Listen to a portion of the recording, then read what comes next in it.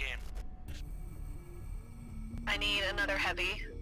I've got TB and a quick draw. I want to get fairly tight to it. Now, anybody who's going to be working range, I'm going to need you to fade right on this. And then anybody who's running short is going to stay towards the top of the caldera if we're going to come at them.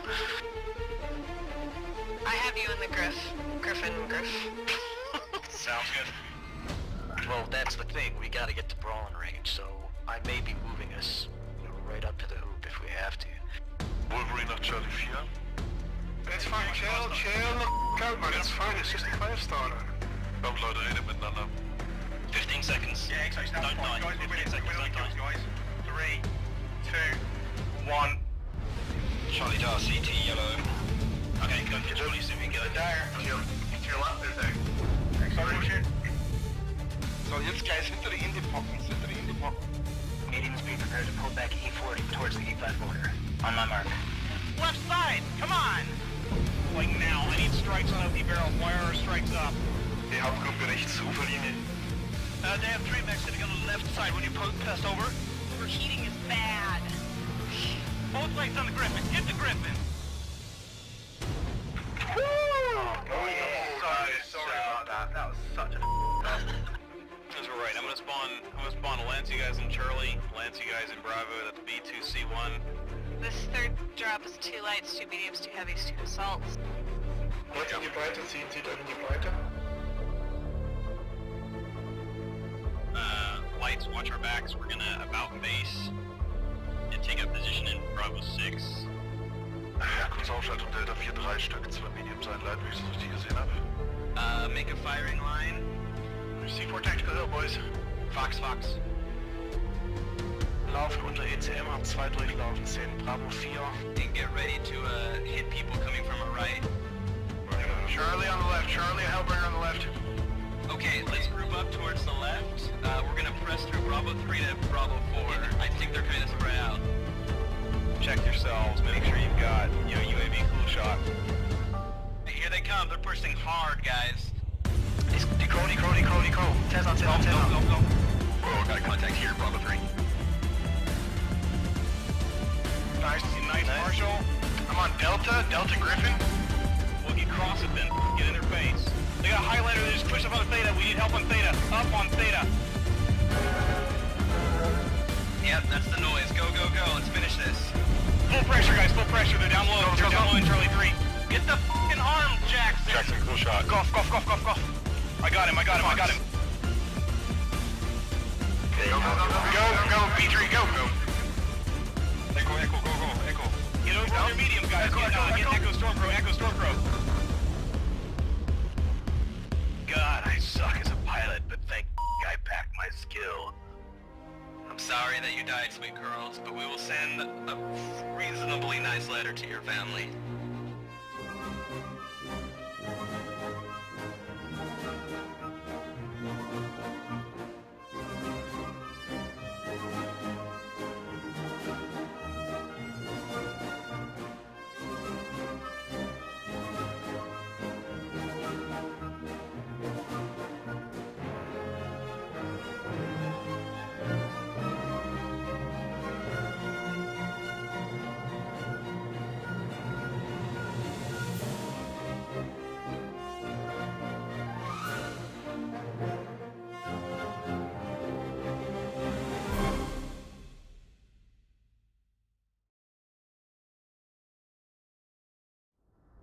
Attention to the paper doll. Make sure you guys are shooting the correct legs.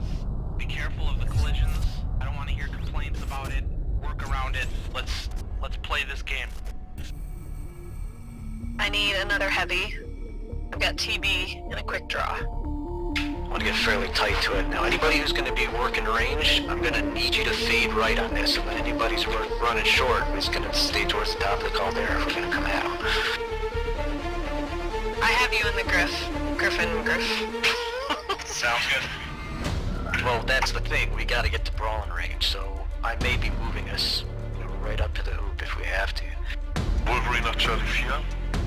It's fine, chill out, man, it's fine, it's just a 5-starter. Komm, Leute, redet miteinander. 15 seconds. Yeah, exactly. Don't die. Guys, 15 seconds, don't die. guys. 3, 2, 1. Charlie Dar, CT yellow. Okay, come to police if you get it. There. To your left is there. So, jetzt guys, hinter die Indie-Pockets, Mediums be prepared to pull back E40 towards the E5 border. On my mark. Left side, come on! Like now, I need strikes on OP barrel. Wire are strikes up. Die Hauptgruppe rechts, Uferlinie. They have 3 mechs sitting on the left side when you pass over. Overheating is bad. Both lights on the Griffin. Hit the Griffin. Sorry about that. That was such a That's right. I'm gonna spawn Lance you guys in Charlie, Lance you guys in Bravo. That's B2C1. This third drop is 2 lights, 2 mediums, 2 heavies, 2 assaults. Leute in die Breite, zieht euch in die Breite. Lights, watch our backs. We're gonna about base and take up position in Bravo 6. Kurzausschaltung Delta 4, 3 Stück, 2 Mediums einleiten, wie ich es richtig gesehen habe. Make a firing line. C4 Tactical Hill, boys. Fox. Laufen unter ECM, hab 2 durchlaufen, 10 Bravo 4. And get ready to hit people coming from our right. Charlie on the left, Charlie, a Hellbringer on the left. Okay, let's group up towards the left. We're gonna press through Bravo 3 to Bravo 4. I think they're kind of spread out. Check yourselves, make sure you've got, UAV cool shot. Here they come, they're pushing hard, guys. Deco. Tez on. Go. Oh, got a contact here, Bravo 3.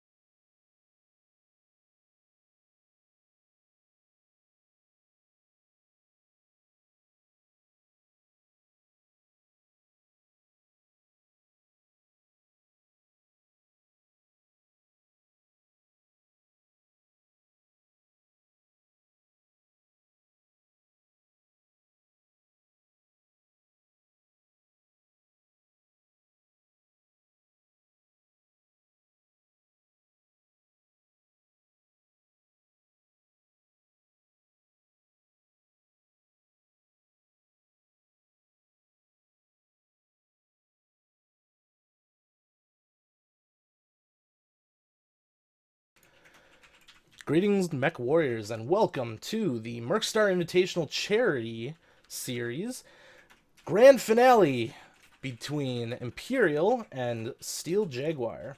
We're going to start off the festivities today with a pregame roundtable, and I have with me a bunch of people who are very familiar with the MercStar Invitational. Most of them were playing in at least the quarterfinals, if not the semifinals. I, of course, am Bandit B-17 from the Marine Mechs. With me, as usual, MDM-0 from the Marine Mechs. Hey, guys. We have Wonka from Seraphim Rising Storm. Hello. Sace from SIG, who's in MercStar. And he is actually the administrator of the event. Howdy. Bradley USM from Antari Scorpions. How are you guys doing? And Chrisman from 228th. Hello.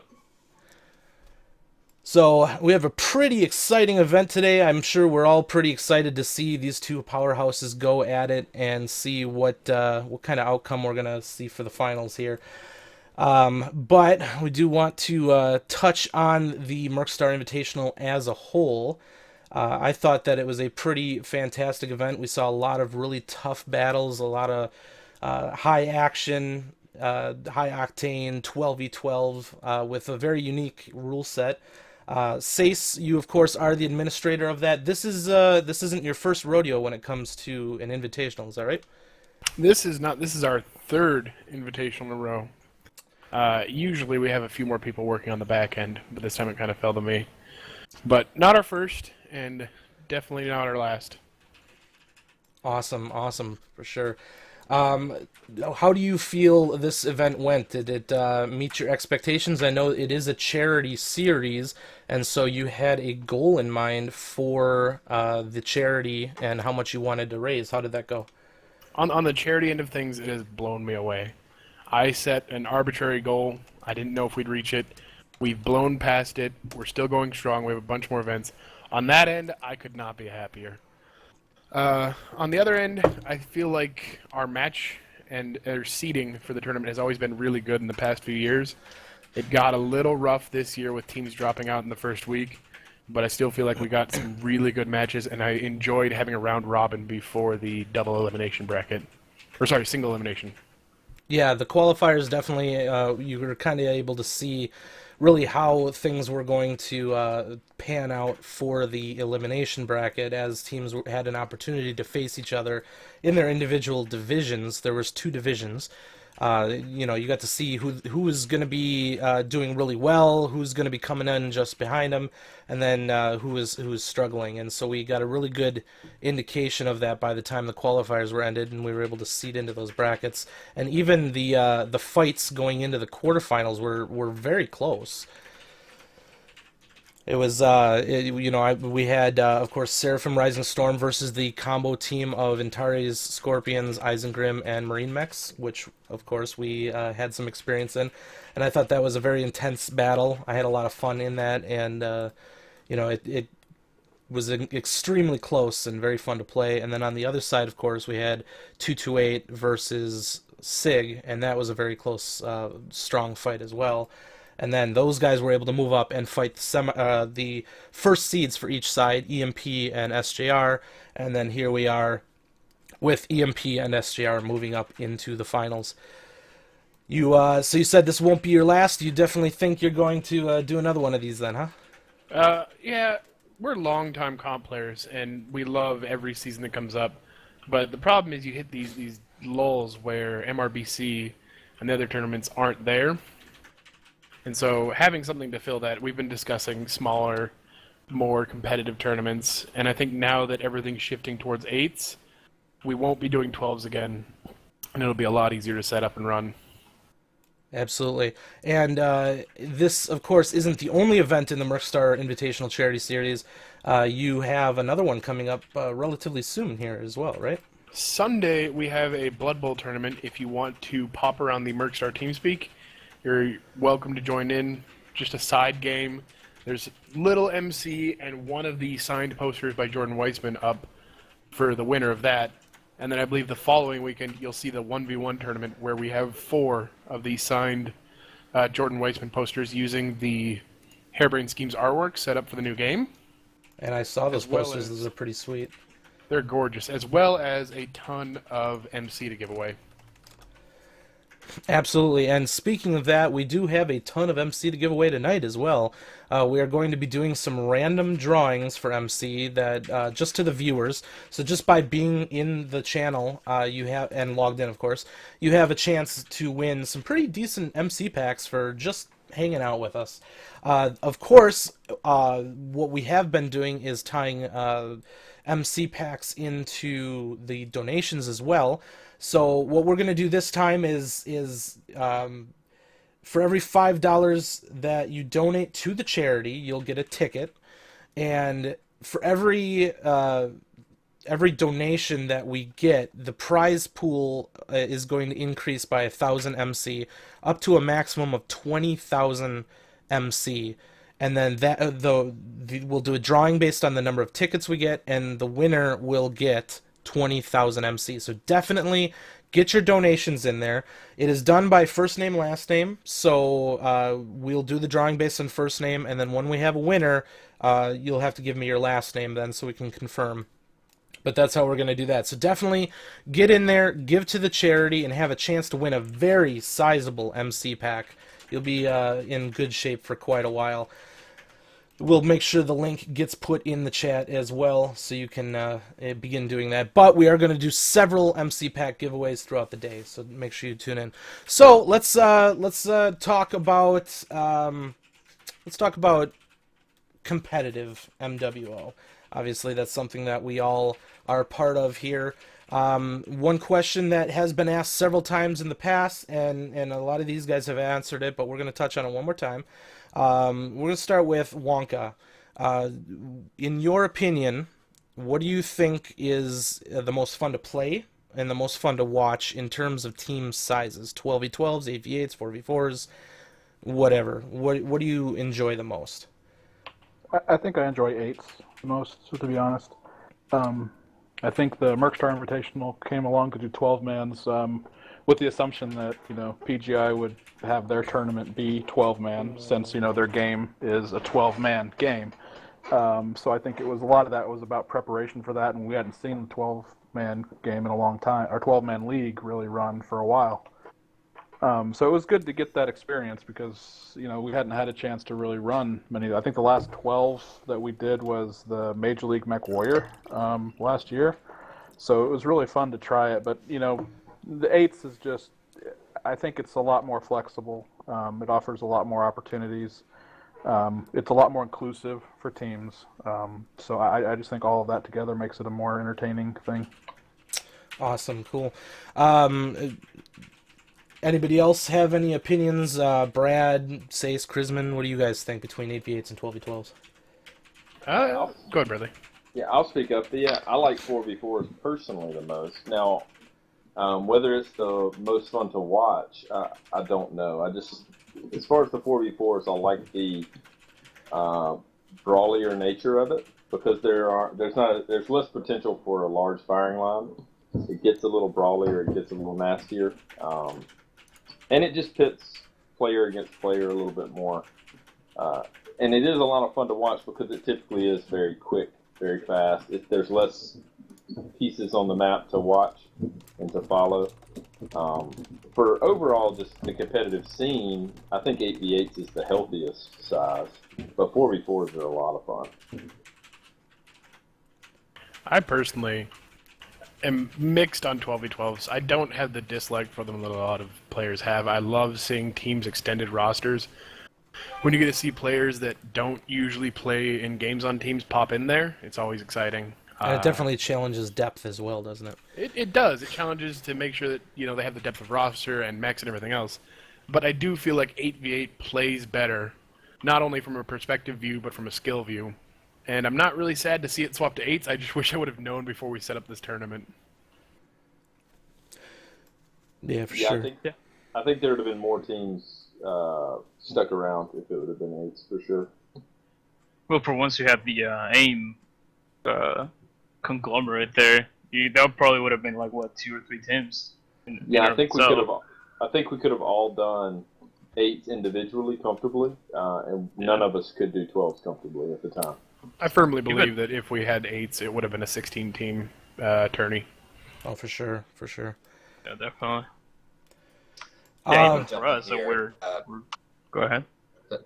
I was going to say, I want to jump in here on what Bradley actually mentioned a little bit early on with the 4v4, how it's a little more brawly than maybe 8v8s. It was interesting. Obviously, there was the discussion on Outreach HBG just a couple of days ago about how to make competitive MWO more enjoyable to watch, to see played. And a lot of people commented on, I think, sort of a similar sort of line with the meta being a lot of this laser vomit, long-range engagement sort of thing. I wonder if the meta shifting towards the, more brawly side, obviously laser vomit's still strong, but brawling is coming back, whether that has an effect on it as well, even at the 8v8 level. Well, in that sense, if you look at 12s, if you saw the first matches of the MSI, the 12v12 brawls are all over the place. You two as casters can tell me all about that. It's really hard to keep track of everything that's happening. You see max dropping left and right. But I do agree. The laser vomit style is much more stagnant, and it can't get boring for a non-comp player that's it's not aware of. You see people dropping percentages 5% or so. It's little things, unlike the actual brawl where it's one mech dies, 2 for the other team go down, and it goes back and forth. Would you guys like to see the meta shift further? And if so, what would you like to see? What's your ideal meta to play in and to watch? I'm loving the mix of the meta.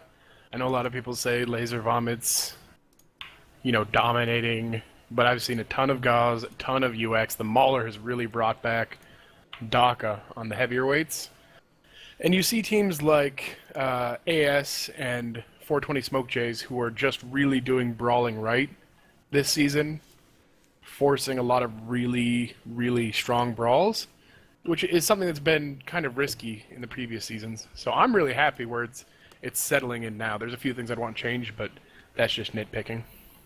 Yeah, I agree with you. Like, I feel like a lot of people agree that right now the meta is like at the most balanced state it has ever been, because you can do all sorts of things. You don't go into a match and you know we're gonna come across a mid-range team. Let's do the same thing and outgrade them. You gotta think, what if they bring Brawl? Like, are we gonna have something to respond to that? Are we gonna bring Brawl? Are we gonna play ER larges? Or what's gonna be?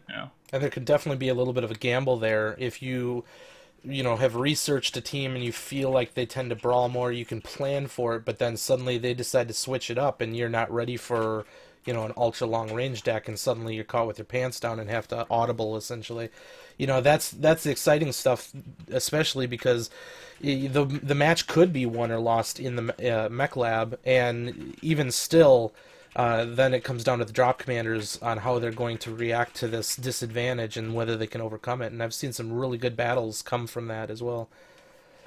The other big change I've been loving is the conquest changes, where you can shoot light mechs to stop a cap. And I really feel like the comp needs to push completely away from skirmish and towards conquest for almost all game types. And that actually is going to segue me into the next question I have for you guys, game modes. Obviously, MercStar Invitational was 100% conquest. We have a little bit of a mix in MRBC, with the skirmish only being on the lighter drops. I guess, what do you guys think? Is conquest still king? And with that, we have the new game mode that is relatively untested at this point in competitive, which is domination. And do you feel that domination is viable? Do you think that maybe they need to make some changes to it? Is it mostly, I saw a post on Reddit where it was more viable in lower, like 4v4s and stuff like that. We'll start with Bradley. What are your opinions on the game modes? Really, I like the current MRBC setup. I was afraid that Drop 2, with Drop 2 being skirmish, we would see a lot of very long range, hide, get away from somebody, and just boring stuff like we saw last season with the skirmish gameplay. But really, it hasn't happened much. At least in our drops, certainly hasn't happened. We've played aggressively on all of them. Last week, or the last game we played, was on Caustic, and really that's the map that you can do long range on, and it's too light of a drop to really do it and not risk yourself being pushed hard with brawlers. So I like it. I think conquest is absolutely required for the heavier drops. Domination might happen, but I think that the point to domination being better for smaller groups was just because a larger percentage of your mechs have to be around the area, and it's sort of silly that you could have like 12 mechs in the middle, and one ER large mech could just be grazing one and keeping you from turning domination points. So I think that's the biggest problem with that. I think that's why it would play better in smaller groups. I really enjoy Conquest, only because I think it adds a lot to the game. I mean, you don't really see teams losing on cap points unless they decide to completely ignore it. And even, you talk about worried that you would see draws in drop 2, Bradley, and that was a little bit of my thought too, especially given what we had seen the previous season with the draw rules in MRBC like they were last season. They were so broke. But the funny thing is there was a match against, I think it was the EU match against Lords and STS, where they had a draw in drop 1. Of all things, you could avoid that in drop 1, but neither team wanted to really engage the other one, so they just took the tie. I think Conquest forces those hands a lot better, and the majority of the matches, Conquest plays a role, but it doesn't end. That doesn't mean it ends on caps. It doesn't. I mean, high-level teams don't just run around constantly ignoring the fight and trying to cap things. It's not the pug queue. So I really feel like Conquest is a very good game mode. I think Domination has the potential to be, but I think it needs a little bit of changes, like probably a smaller Domination circle and probably a requirement to do more damage to a mech in order to stop the Domination from changing, so it kind of forces a center engagement. I think that would make it a lot more viable. I agree with Domination. If you made it smaller, made it more difficult to cap, it would play like Run Out or Die 4v4 is played, where only the center cap point mattered.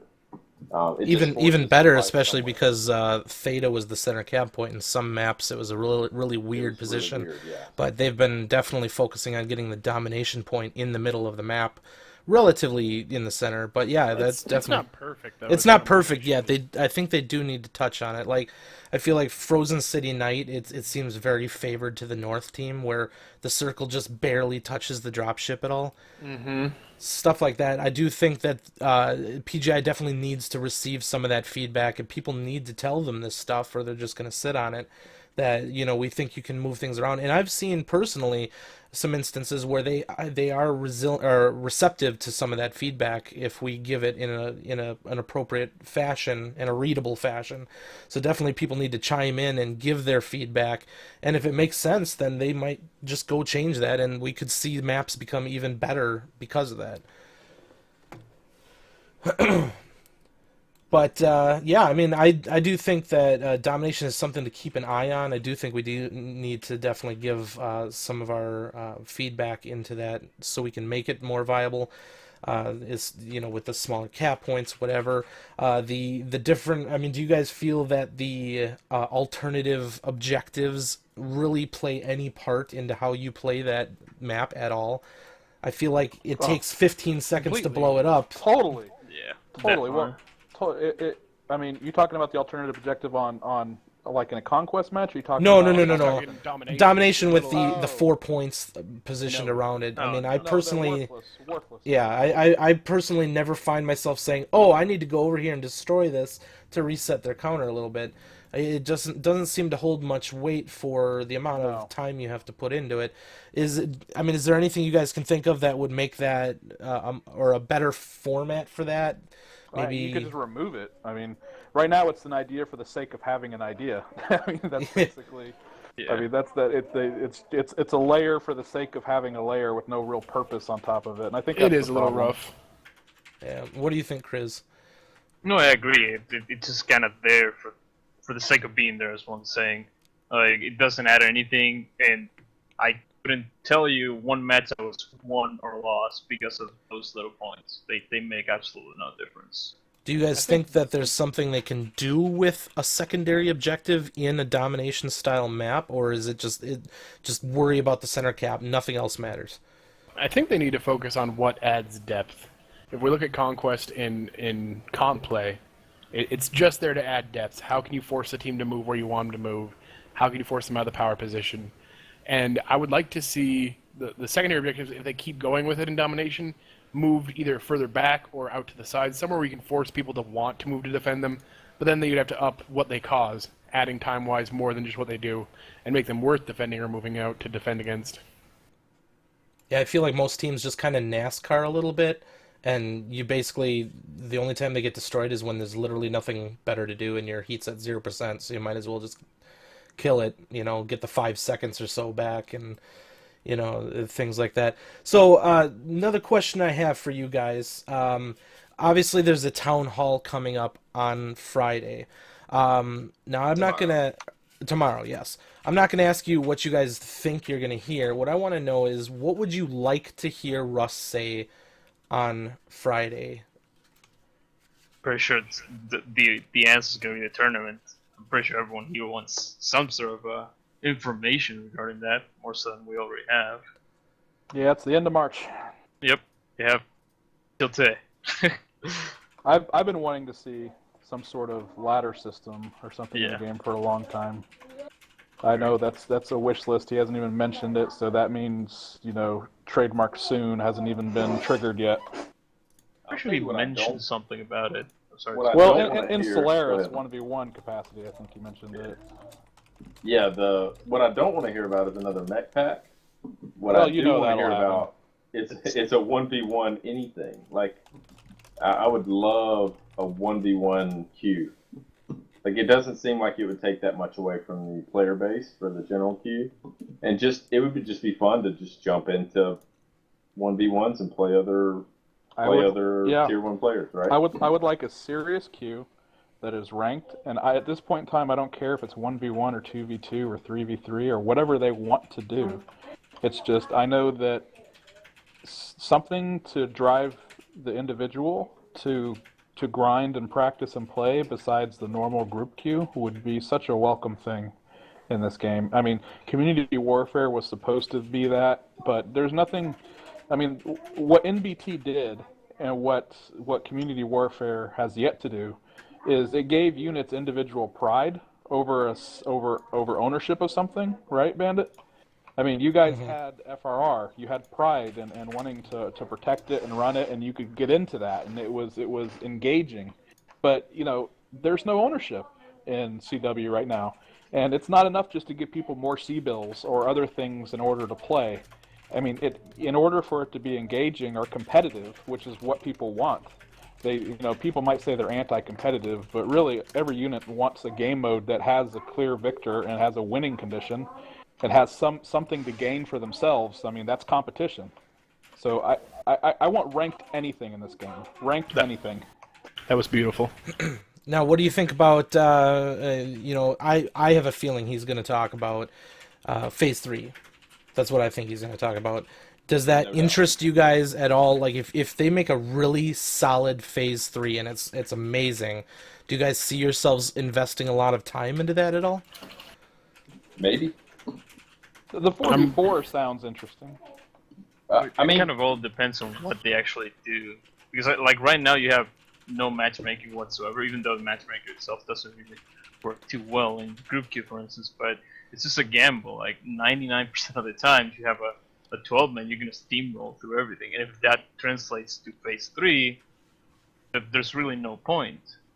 As they were saying, it's just going to be like, I have this amount of planets, I have this, this amount of money or whatever, space bucks, it's not going to amount to anything for the competitive side of things. They want people to play. They want big groups to play CW. But big groups aren't going to play CW until there's something for them to play for. And so it's a vicious cycle. Right. And also just, like, I want to be able to play CW style matches that matter against SRS and 228 and SJR. Absolutely. That'd be I want great, to fight against teams that can beat me. Like if we bring our comp 12 into the CW queue, like Prisman said, it's silly unless we happen to run into another 12-man that's good, right? It's just no fun. I would love to be able to schedule a CW match against somebody. Do you think they would ever switch it over to similar to World of Tanks, where there's like each region has a period of time that you fight in, and then it's locked until the next region's opens, instead of just leaving it open for people to play all night long, in that increasing the value but decreasing the amount of time you put into it kind of thing?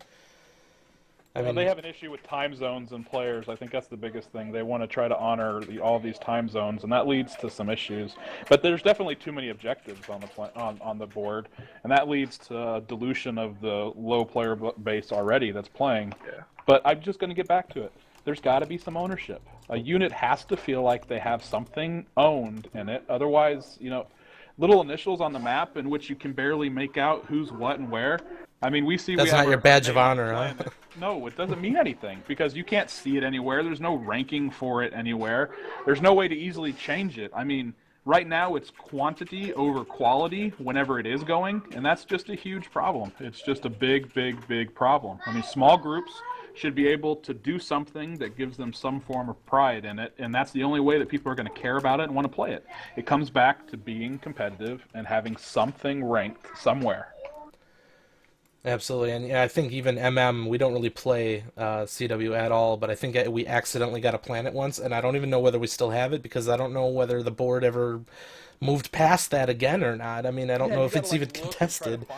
Like, I mean, I have absolutely no care in the world that there's an MM flag on one of those planets. I don't even know if we still have it, to be perfectly honest. But if they do something, it really has to have true meaning. And I feel bad because I see a lot of newer players that, we recruit a lot of newer players, and almost always they're like, we want to play community warfare, faction warfare, and I'm like, well, we don't really do that. We focus more on comp and stuff. Well, we want to play faction warfare. Okay, well, maybe a different units for you, man. I'm sorry. You remember how fun it was when it started, though? Everyone was playing it for like 2-3 weeks until they realized this is nothing and it's just the same stuff over and over.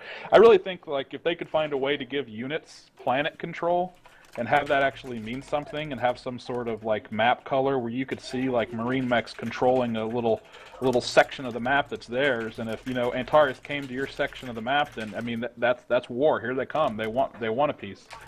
I think that just like NBT, I think that would add a lot to it. MBT. I mean, it's the same thing. That would give a purpose to loyalists. Let loyalists own planet. Let mercs fight for the loyalists, and then you could try to have a market with the mercs where they could fight NBT. I think that is really, truly what it needs. And the problem is that I don't think they can ever do it because they want to honor the fact that there's tons of units in this game and tons of people want to play, and you can't really cut out somebody in favor of somebody else. So they have this massive challenge where it can't be as restrictive as it was in MBT.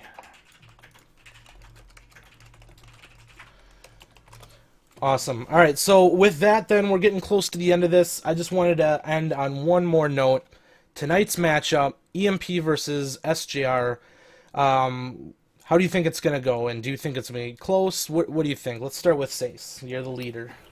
I'm the leader? You're the admin. Oh, I mean, I'm super excited for this. I feel like, especially in 12s, SJR's lights give them commanding leads where they wouldn't otherwise have them.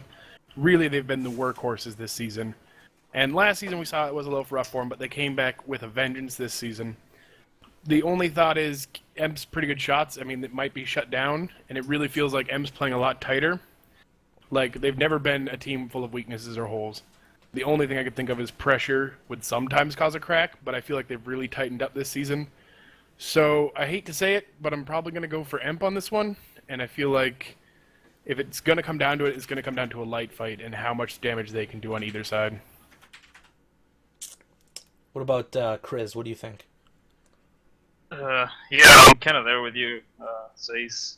It's kind of rough because SJR has been putting a lot of work, and you can see that. And I feel like right now, if there's another team that can beat EMP, it's gonna have to be by outsmarting them in the Mac Lab, in the field itself, and not just winning the trades or shooting better than them. It's gotta be something more because they're out there for a reason. They're good shots, they're good players, but I feel like SJR can bring the fight to them, and I really like to root for them. But we got beat by EMP, and it's always better to be beaten by the champions. So I'm gonna go with EMP as well. What about you, Brad?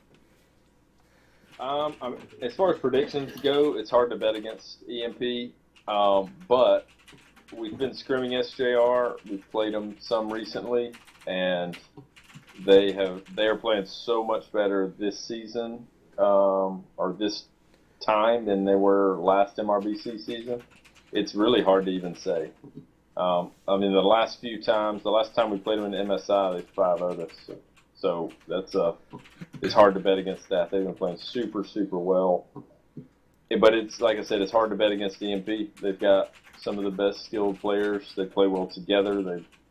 They play pugs together. They practice together. I don't know. I'm gonna go EMP. Hopefully, it's a 5 game match. And then what about you, Wonka? Well, the scary thing is I think EMP is getting better. They're getting better as a team. They're getting, I think, probably a little bit better at their internal structure, how they organize things, how they plan things, how they execute things. But I think if they have a weakness, it's teams coming out and being aggressive against them. I think a big part of what they do is take advantage of mistakes exceptionally well. And so what I think SJR is going to try to do is I think they're going to come out. I think they're going to try to be aggressive. It doesn't necessarily mean brawl, but I certainly think that in this 12-man environment, to see mixed groups of brawlers, maybe three brawlers, 4 brawlers, pushing a flank from EMP unexpectedly can turn the tide. Especially in the heavier drops, EMP likes to kind of engulf the team, and they play a very methodical game, and I don't think that any team can play with them on that game level. So I think it's going to require a little bit of, if we look at how they've always lost to aggressiveness and things that weren't necessarily expected. So the question for me is not if SJR has the skill to pull it off, it's if they execute it properly and if EMP scouts it and is prepared for it. And then last but not least, MD, the Lord and Master of all predictions. What do you think is going to happen? That's tough to say because my recent predictions in MRBC this week started off 0 for 4 before I got my first one right. So I'm hoping to go 2 out of my last 2 and pretend that the last 4 didn't happen. I would love to root for SJR in this. It's always kind of nice to root for the quote-unquote underdog. Although it's hard to say with SJR, but I think they certainly are the underdog facing EMP. That being said, I have to agree. I think EMP is getting better, and it is scary to see. But they're at this point they're so deep on their roster. I mean, I don't think 12v12s are going to slow them down at all. They've got so many great players, and SJR, yeah, they've really been coming on strong since last season, which was definitely a little more disappointing. But until someone beats EMP, I can't pick against them. I'm going with EMP tonight.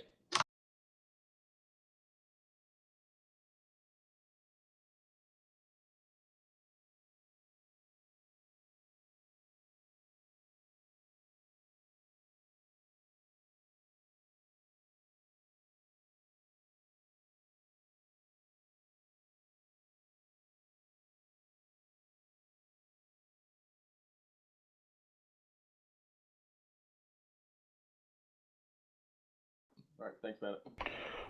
No overlays in the way. Thanks for having us, and thank you so much for casting these matches, and thank you to everybody who's donated in this series. I really appreciate it. See you guys. All right. See you.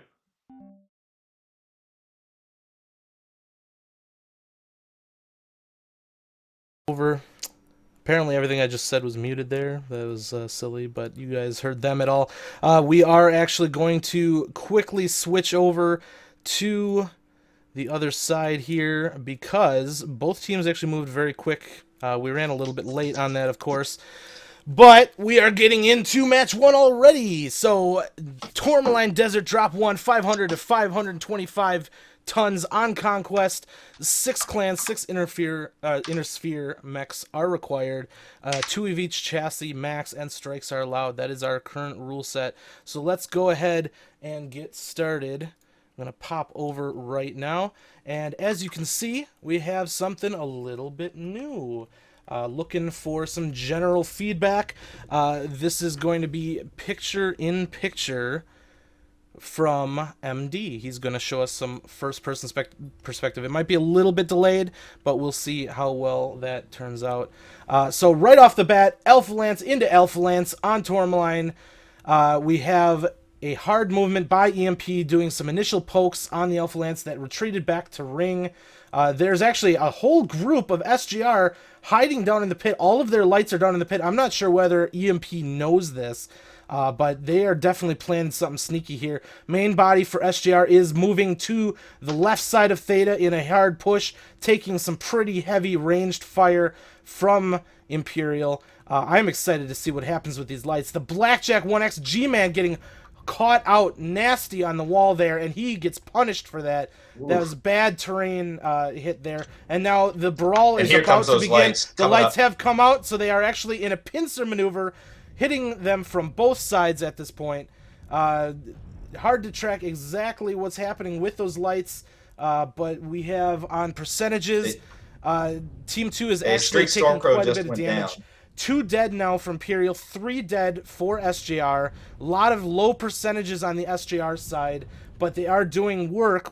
They're going to have to pick up some of the damage here, though, because SJR is slowly starting to bleed away. Solitude in the Arc Cheetah down to 16%, still alive, and he does go down. We have 6 down for SJR, 4 for EMP. Duivo in the Spider 5K just unloading on the Blackjack with his machine guns. Bad overheat by the Magician. He does go down, and this is quickly going in favor of Imperial in a very fast brawl. I think the lights coming out of the pit there, it was an interesting maneuver. I don't know if it necessarily caught EMP off guard, but that was a very fast, just vicious brawl. So many dead men on the field. Like, I can't believe how fast that ended. That was a 2-minute, 2-second fight total. Unfortunately, the Blackjack getting caught out in the beginning was a little bit rough, and I'm going to try and fix the delay here on the first-person cam. But that was intense. Let's take a look at the scoreboard. So hopefully you guys strapped yourselves in, because that was some instant action right there if I ever seen it. Twinkie Overlord in the Mad Dog, most likely bringing streaks. I've seen this done in the past. I'm not sure if he brought streaks, but 577 damage, leading the pack. 2 kills, 4 assists. What else do we have? We had a couple Shadowhawk 2d2s. Very powerful brawl mech there. Spider 5K was, of course, doing work. The damage for the 5K doesn't typically reflect the amount of work it's able to do, because it does very little until it gets the crits, and when it gets the crits, whatever it's hitting almost dies instantly. Like, it does do work, and I saw Duivo definitely keeping the pressure on with those. Heim Delight in the Arc Cheetah, only 18, but yeah, I mean, that was definitely some quick work by EMP for sure. Yeah, holy cow, that was a fast match. Really, I don't know if I like that strat of having the lights try and jump out from the pit behind them. It just felt like, I mean, in looking at the final damage, it just felt like they didn't have as much time to do damage as EMP did. I mean, across the board, EMP had higher damage that entire match.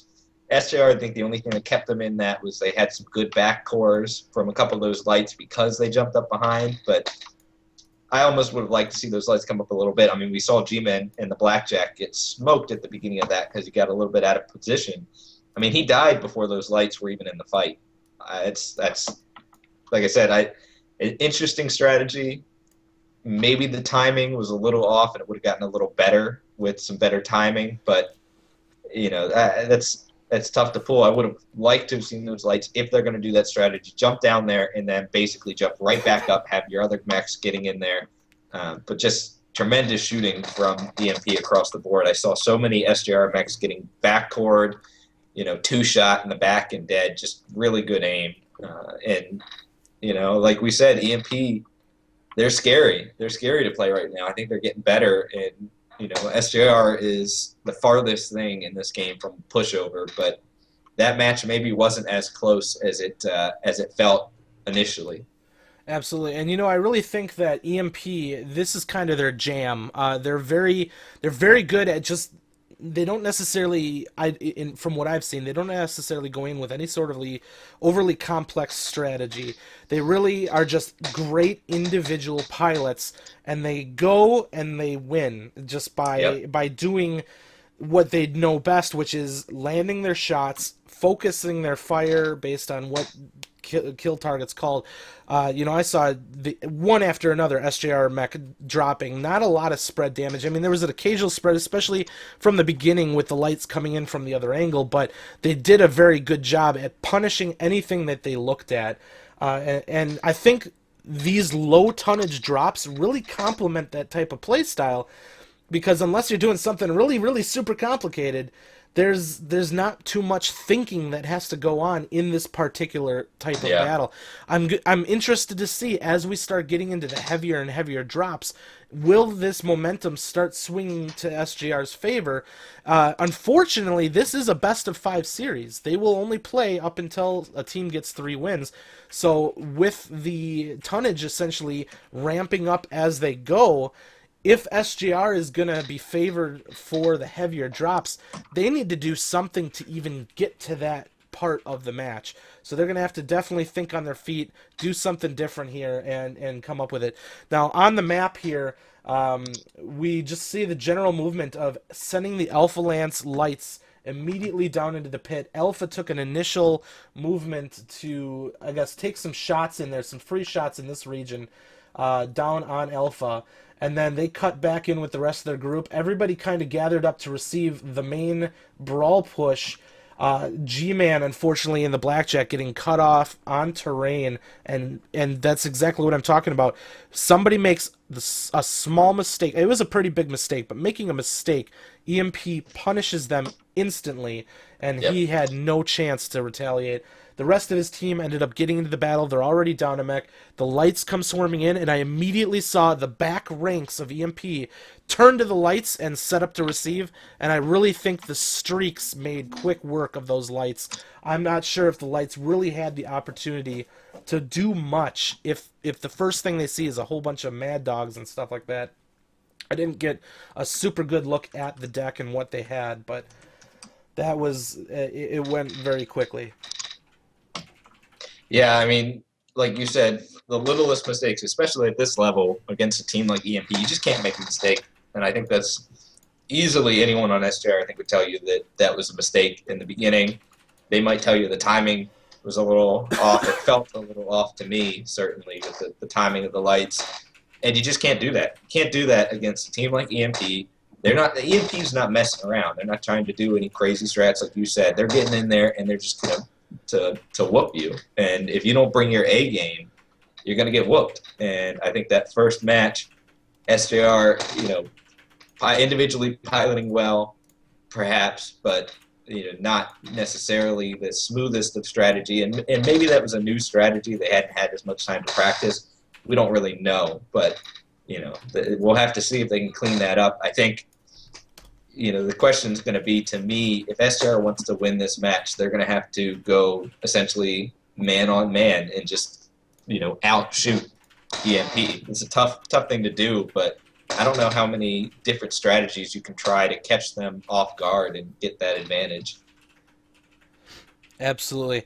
So both teams are heading into the next one. These guys are definitely not wasting any time. We're going to take a look at Drop 2 real quick. They're actually moving so fast, they're catching me a little bit off guard here. We're actually heading into Polar Highlands for Drop 2. And the rules for Drop 2, this is still a relatively light drop. 4-4-2-2. So 4 lights, 4 mediums, 2 heavies, 2 assaults. Everything else is the same. Strikes still allowed, of course, but a much bigger map in Polar Highlands.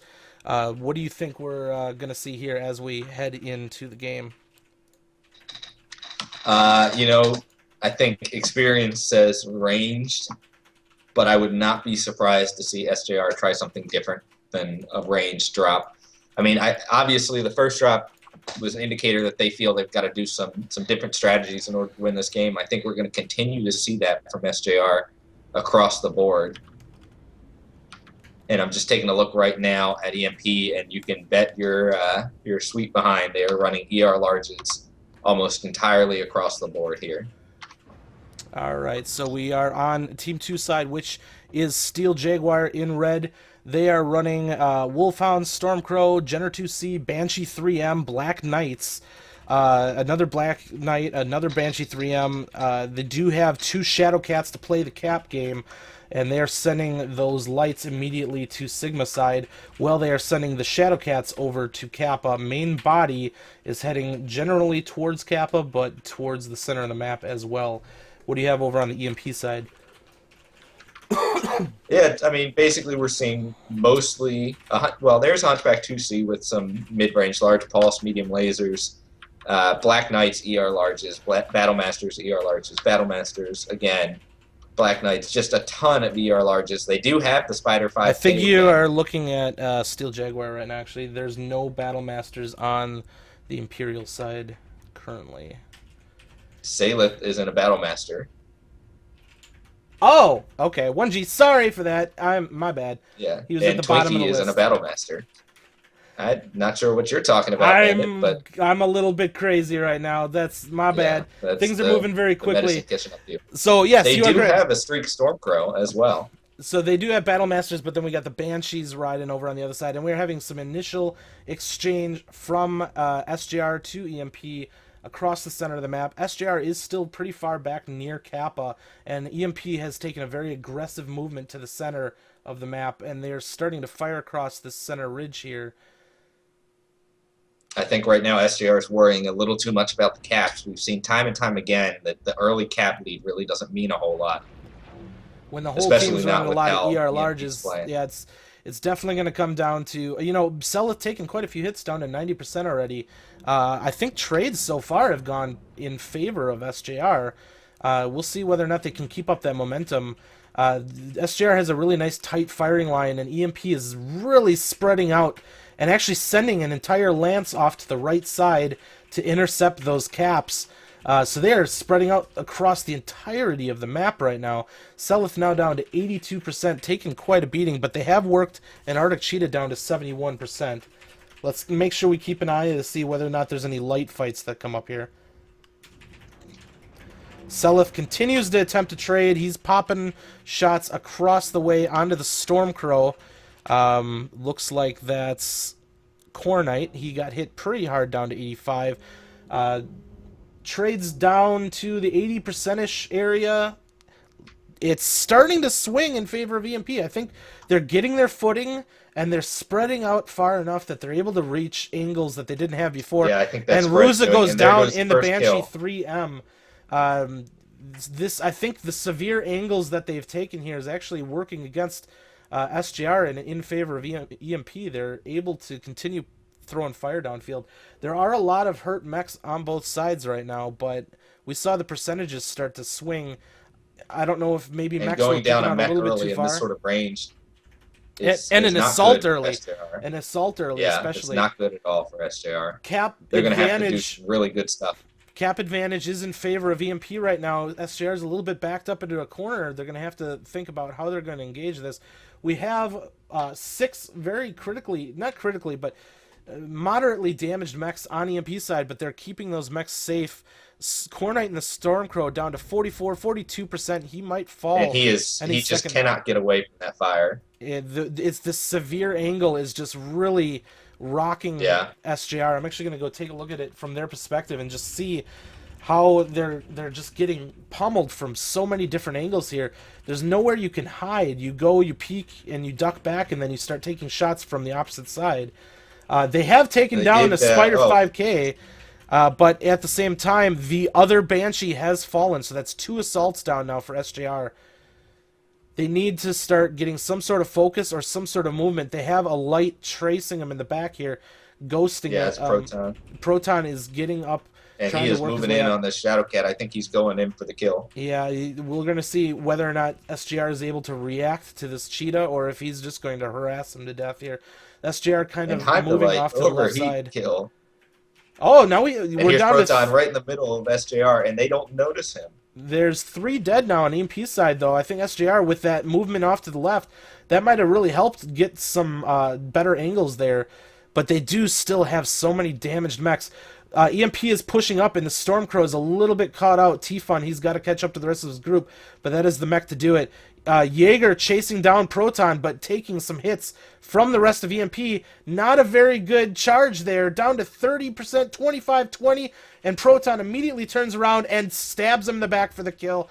A little bit of an aggressive movement there. I don't know if he knew how damaged he was, but that was a pretty costly light-on-light move. They have gotten very aggressive here. Proton is now on the hunt. He is chasing Piemaker down. Piemaker taking shots from Overwatch as he tries to escape. But really, all he's doing is delaying the inevitable. Nobody's able to help him with Proton here, and they're just running him down. He will be going down fairly shortly here. While this is occurring, the rest of the mechs off to the left side are just getting shredded down by the main body of EMP, and this is now going heavily in favor of EMP. SJR is going to have to try and switch over to the cap game, but they are down to 2 lights and actually 3 lights. The lights could potentially do work, but I'm sure EMP is going to get out there with Proton to counter it and just flow with their main body. Theta is going to be falling next, but we're in a 4 cap advantage for EMP, and it's going to take a miracle at this point for SJR to pull this off. A lot of very hurt mechs on the field, so if they can potentially get them into 2v1 situations, but EMP is not going to make that mistake. They're just moving as a pack. They're working towards. They know Gamma's probably going to be next. They're heading in that direction. They're going to try and pick off whatever they can. And Proton is moving up. Or who is this? This is Coburn heading up to the back point. Proton's still alive somewhere. Definitely dangerous. There he is. He's moving up the right flank. Yeah, he's moving towards Indio 7 right now. So, looks like this will be going 2-0 in favor of EMP. Very, very brutal long-range firefight. I think the spread really did wonders for EMP. Basically, bottling SJR up into the corner. They start losing the cap game because of that. And we're going to have a little bit of a 1v1 skirmish here. Well. Let's see if Criven versus Proton. Let's see what happens here. He's going to have to fight for his life. There's no way he's going to get away from him. So let's see if he can make quick work of Proton. Oh, he gets a leg on him. But he's got to seal the deal. He's going to go for range now. He's going to try and get out of the small pulse. But while this is happening, Imminent in the Stormcrow is getting at him with the streaks. He's got to get over this next ridge, and he goes down to the ER large fire. So he did get the leg on the light, but I mean, that could have helped. They are actually neutralizing points. They're not capping them. The last 2 lights are between Gamma and Theta with, I mean, I guess they still technically have time, but it's going to take a miracle at this point. Yeah. EMP is fanned out around the entire map. They're going to basically have to go in on this Hunchback and win the fight. They do get a hit on him, but Uncle Russ goes down to very accurate ER large fire. Like, that's just the accuracy at that range is intense. There's just no getting away from it. They're just not missing. And there we go. That's the end of it. 2-0 in favor of EMP. That spread by EMP, not only did it force them to abandon the cap game, but it removed all of the angles. I mean, Polar Highlands has a lot of great trading grounds all over the map, especially for ER large mechs. But if you clump up in one spot and allow a team to surround you, they take away all of that advantage, and you no longer can peek without taking damage or taking damage from multiple angles. There's nowhere to hide. It's just SJR needed to not be passive there. They got passive. When EMP spread out, they should have pushed one side or the other side, just gone with a numerical advantage and try and collapse one of the edges of that flank. And instead, they just stayed bottled up and just slowly got, enclosed and just beaten down very easily by EMP. Not a great move, I would say, by SJR to do that. But, for a while there, I think they were trading all right. It's just, you cannot stay passive on Polar Highlands. It's just not a map to do that. Absolutely. And I'm getting reports that my stream went down there. I'm not sure what happened. I didn't even feel a blip from that. Everything was going relatively smoothly on my end. So hopefully it came right back for you guys. But let's take a look over here at Polar Highlands map to see what they did. Team 2 was up in the upper right. I think that was right. Yeah, Sigma Kappa. Okay, yeah, that was right. So essentially what we had is we had the Shadow Cats, I believe, going to Kappa, if I remember correctly.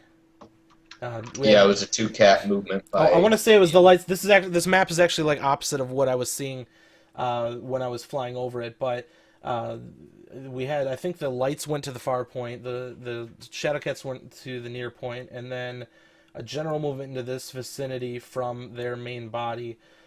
On the flip side, EMP, they did a hard charge to kind of the center region, and then they sent their guys off to the right. So they had their battle master fighting in this area, and then they sent an entire lance kind of over here, and so they were able to basically shoot in from multiple angles here and really pin SJR into only defending this position.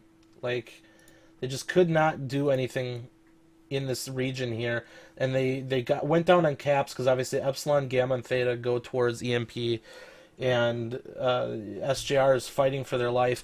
Now, one thing I wanted to note that I saw on the scoreboard is the Battle Masters for EMP did so much more damage than like the Banshees for SJR. One of the Banshees, I believe, was held to, was it under 100 damage? It was very, very low. It was incredibly low compared to I was talking about was it Seleth, I think it was. Seleth and Twinkie were in the Battle Masters. He was being very aggressive on that left side, and he was taking some hits. But he was so aggressive. He was dealing out some pretty massive damage there. Obviously he was doing work, and it was paying off for him. So I mean, it's that just goes to show. I mean, when you have two assaults on either side, and one group of assaults collectively do over 1,000 damage, and the other group of assaults only do about 400. I mean, that is pretty brutal. And really is telling to how your trading was going, and I don't know Banshees between Banshees and Battle Masters, like how they compare. I'm not gonna be able to say like, oh, it happened because of this. I'm sure somebody out there in the chat would say, well, Battle Masters was a better pick for this reason, and definitely feel free to chime in. I like Banshees, but maybe they just don't have the range. I'm not sure what. Maybe it wasn't the high mounts. Something was wrong. Those Battle Masters were optimum range was 810 meters. I mean, Saleth, when we were spectating him, he was basically sitting there and taking some fire, but it was not at optimum range for a lot of that engagement, I think, and was taking reduced damage as a result. And basically EMP did that maneuver into Hotel 10, and they just anchored their line with the Battle Masters, with 6 ER larges on each of those Battle Masters. It's vicious, and they did that movement. They kind of forced SJR to, while still remaining in their position, which I think is really the mistake that SJR made. They forced them to move, to not take fire, just to move to like the other side of the hills they were on. I would have liked to have seen SJR either just, hard push right at the Battle Masters, or just counter push, maybe rotate into Hotel 10, use some of that cover some more, but do something. I mean, you just can't sit there on Polar Highlands and let the enemy team get every angle imaginable. And by the time that they got a couple kills up, and really it wasn't that big an advantage, but EMP just then went straight into them, and that was that. It was a game over at that point. They got a little bit of an advantage, some damage advantage, and then they just said, this game is over, and it was. That was the end.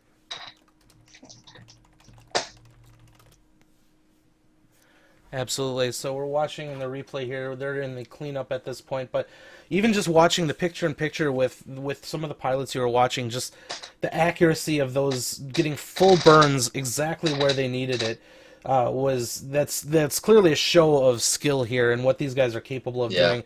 Very steady hands. Low DPI, just it doesn't matter the burn time, they're going to stick it to you. And the fact that they're able to do that at 600 to 800 meters easily against light targets moving very fast in perpendicular fashion, they're able to glue it to them like that. It's just so hard to fight against that. And, both teams definitely have players that are capable of doing that. They're both very good teams. So it's part of this could have been in the mech lab where it was decided, and I'm not able to provide insight necessarily as to what the difference was there. But we also saw some questionable decisions, such as the fight against Proton. He did a very good job solo putting harassment on the Shadowcat, and he essentially baited some of the SJR guys into worse positions than they were at, who then, as you mentioned, got killed by Overwatch fire. Absolutely. I mean, against a small pulse cheetah, and you're in a large deck, I think if you were successful in making him turn and run, you do not pursue. because you've got bigger problems to worry about. And those bigger problems are those battle masters sitting on the hill, firing 60-yard larges at you. And so, that having that spread out position, but having the center of the map means you have the high ground. And no matter what fight was going on off in the distance, basically EMP was able to reach out and touch anybody. If Proton's able to flush out a single mech and he has to traverse the terrain in any way, shape, or form, the Overwatch mechs were able to lend to that battle. Proton didn't even necessarily need to fight. He just needed to make a presence, get them to leave, and then as soon as they left, Overwatch completely shredded them to death. They almost, for that mech, instead of retreating in their last moments, the only thing they really could have done is stayed down in a pit and tried to 1v1 Proton, but even that is a very tall order. Yeah. But it probably would have failed better than an attempted retreat and a shred down by Overwatch, unfortunately. Yeah, I think ultimately you can say maybe they should have brought a different mech or, whatever, or done a different strategy altogether. But I think the biggest contributor to that was just being too passive, just too passive on there. Exactly. So we are actually going to be heading directly into Drop 3. 625 to 650, so even a little bit heavier on Canyon Network. So this is going to be a much closer together map. It'll be interesting to watch what each of the teams do for this one. So let's go ahead and take a look.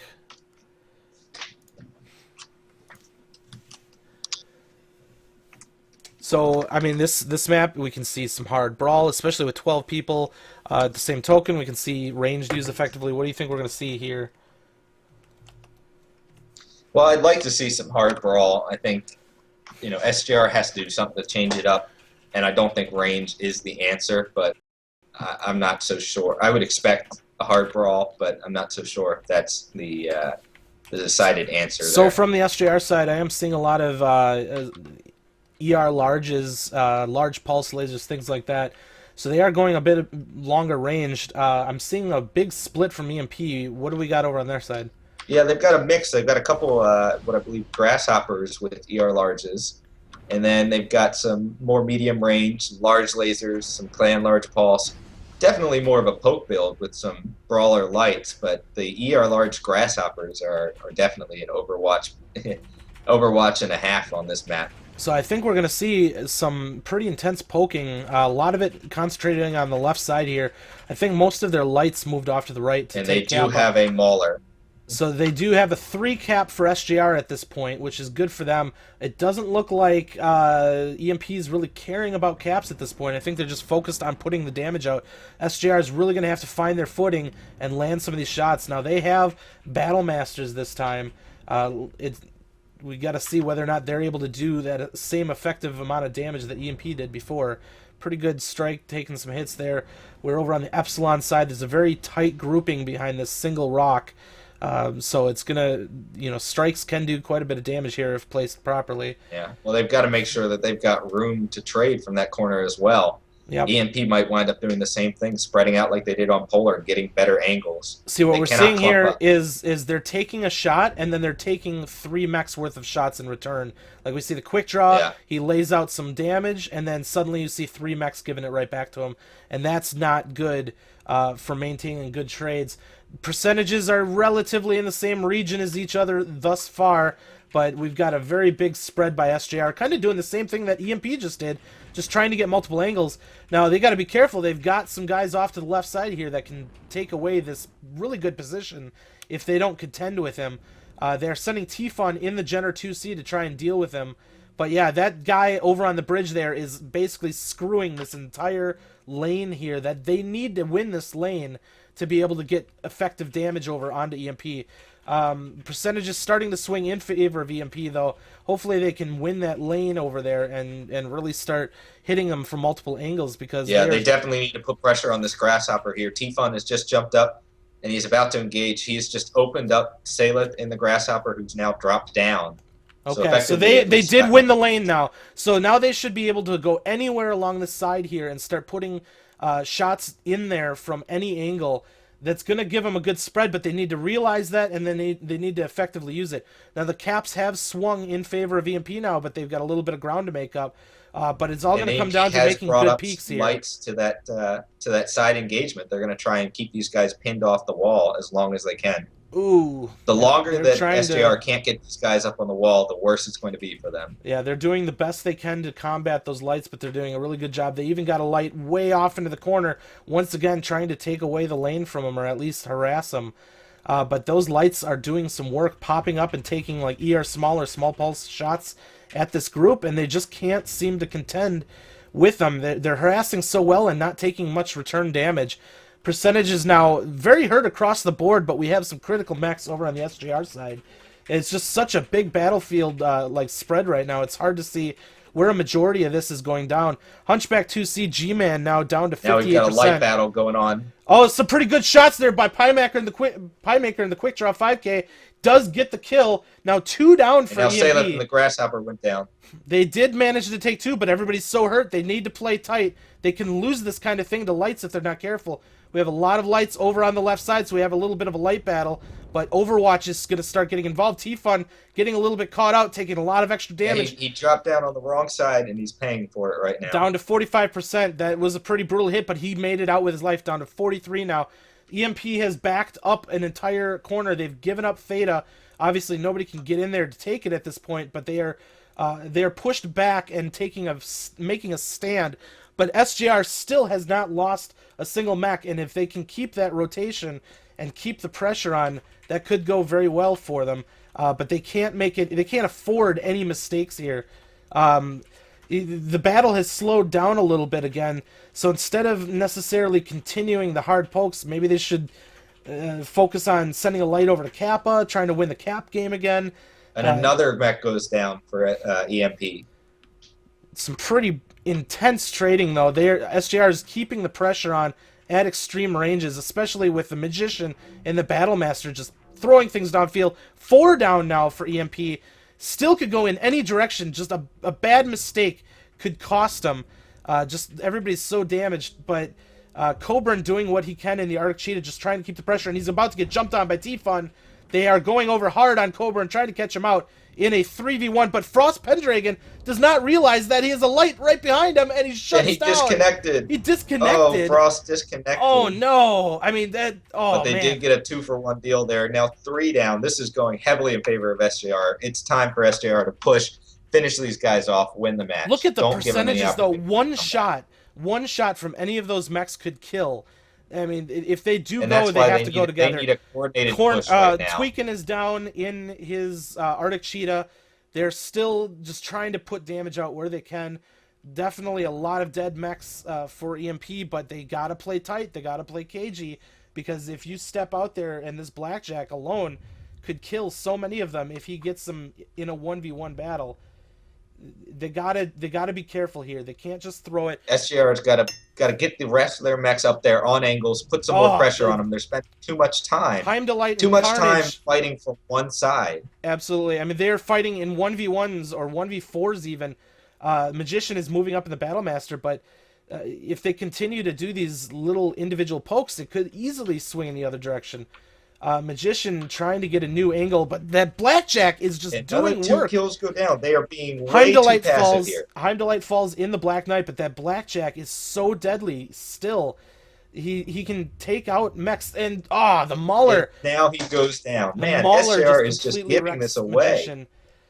They're 3 all mechs so alive. hurt. They're also hurt. Giving it away. They had to do something in a little bit more of a coordinated. They're challenging them 1v1 or 1v4 even, but they're not moving as a team. And down again. Man, this is brutal, SJR. Come on.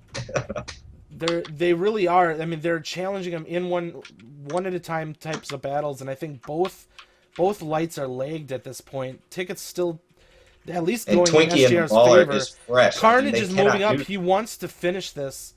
Let's see if he can get the shots out, because he's got to be pretty fresh. Let me look at his paper doll quick. He is cord center torso, but yellow. It's going to take a lot to bring him down. More than one shot unless it's perfectly placed. But Carnage and Twinkie are the only 2 left now. I think the lights just took somebody out in the backfield. They did. They took out All it Anubio, takes is but one shot, though. Twinkie is so fresh. So I mean, for the match they're on right now. Blackjack 1X does fall down. The Timber's still alive. Somebody got a free shot into the back of Carnage. Oh, and Twinkie just lost his weapons. Okay. Oh, what a good break for SJR. Timberwolf does go down. Twinkie is sticked at this point. Carnage is the last one in the fight. He is pretty hurt, though. Still center court, but it's going to take more than one shot to take him out. Ruza, oh my goodness. Oh, Ruza. We got, what, the 2 lights and the quick draw? I think one of those lights at least is lagged. It's time to start thinking about winning the cap game. I mean, it's so hard to contend, even with just one mech alive, but he's running cool. He's able to just get his alpha strikes on target. T-Fun is about to just get completely wrecked here. 13%, he's still alive. He at least... I cannot believe SJR was so uncoordinated there. It's gonna go to SJR though. I mean, it doesn't matter. This isn't MRBC. It doesn't matter how many kills. Yeah, I guess so. You gotta keep in mind that they made EMP spend a lot of time worrying about those mechs. They did, and they win on caps. I mean, no matter how close that got, we can't sell them out that. Maybe that was a planned thing, let's just keep challenging them, make them keep their heads down, and let the tickets flow. And they won. SJR just pulled it off. This wasn't necessarily, we can't necessarily just say, oh, well, they did such a bad job at poking, they weren't peeking together, blah, blah, blah. And that's partially true, but maybe just the amount of time they were spending fighting and wearing down the other team and keeping the 3 cap the entire time, whatever they did, it worked. And you can't argue with the results. A win is a win. Can't argue with the results. I really do feel that SJR nearly gave that one away. They had the upper hand significantly there. A coordinated push from multiple angles would have been easily enough to put it down, but they had half their team basically in a position where they could not fire, and the other half trying to trade with an equal amount of mechs, where they could have almost doubled the mechs on the field. It's a good thing they won, because I think that match would have really been upsetting for them if they had lost it. If they had lost that match, I think it would have been really, really tough. But they won it. They're still going on, so we're going to see if they can keep that up with drop 4, and see if we can't get to a fifth game tiebreaker. Absolutely. So then we will be going into Frozen City Night for the next map here. Like I said, I think that one bad thing about doing a coordinated push to finish them off is that, with the Blackjack being as fresh as it is, let's say all of them shoot at different targets at the same time, 4 SJR mechs fall instantly. Now you got another 4 SJR mechs moving in. The next volley goes out, kills 4 more. Now they've just completely thrown it away and weren't able to... I mean, maybe they would have taken one of the EMP mechs down, but... Well, I mean, I guess the point is you'd have, 8 SJR mechs shooting 4 versus 4 shooting 8. Even if they kill 4 mechs, even if they all shoot different ones and kill all 4, those 8 SJR mechs should, if they all push and engage at the same time, should be able to get several of those EMP mechs down. Like I said, it's a good thing they won, and they did win, so you can't fault the results. But if they had lost, I think that would have been a really frustrating loss for them, considering how much of the upper hand I think they had at that point. But you're right, it's Conquest. You have to do more than just concern whether you're going to kill all the mechs or not, and they were able to hang on. So drop 4, we're going to have to see what they can do next. So, really quick on the map here, EMP really took Theta and was able to maintain Theta and the 3 cap on Theta, Kappa, Gamma. Like I said, this lane here, this entire lane, was being controlled from this position on bridge, and they needed to take that guy out, or at least drop him down. So we did see a couple lights swing around, engage him here. He dropped off down into the pit. That opened up this lane for SJR to be able to start working around and taking shots across into Theta. That I think that was kind of key, forcing that movement. And you did still have an occasional light sitting down in this region in the bottom here. Oh Jesus, my map's not up. There we go. Sorry about that. So they had the sitting down here and taking pot shots, but it wasn't, a battle master or a black knight sitting on a bridge or anything like that. So taking that lane back, I think, was huge. So then after that initial movement and SJR really controlling this area, we saw EMP retreat back into this region here. And so now SJR is able to get the 3 cap. I don't think they necessarily had Theta, but they had Sigma, Epsilon, and I think they got Kappa back. They did eventually get Theta. They were able to move their guys up to Theta. So we had people here, we had people here. There was some lights laid down. There was a pretty big light fight down in the pit here. Both of those lights, I believe, were lagged. And so last stand in this area here for EMP. And I still gotta say, I think EMP was so well ingrained in that position that unless you had some massive flanking maneuver also happening, a charge into that region, I think, would have been disastrous. Closing the gap would have been one thing. The Blackjack was basically running cool. They still had an MX-90 able to do damage. And I really think that 8 incredibly damaged mechs would have fallen very quickly if they tried to traverse that terrain.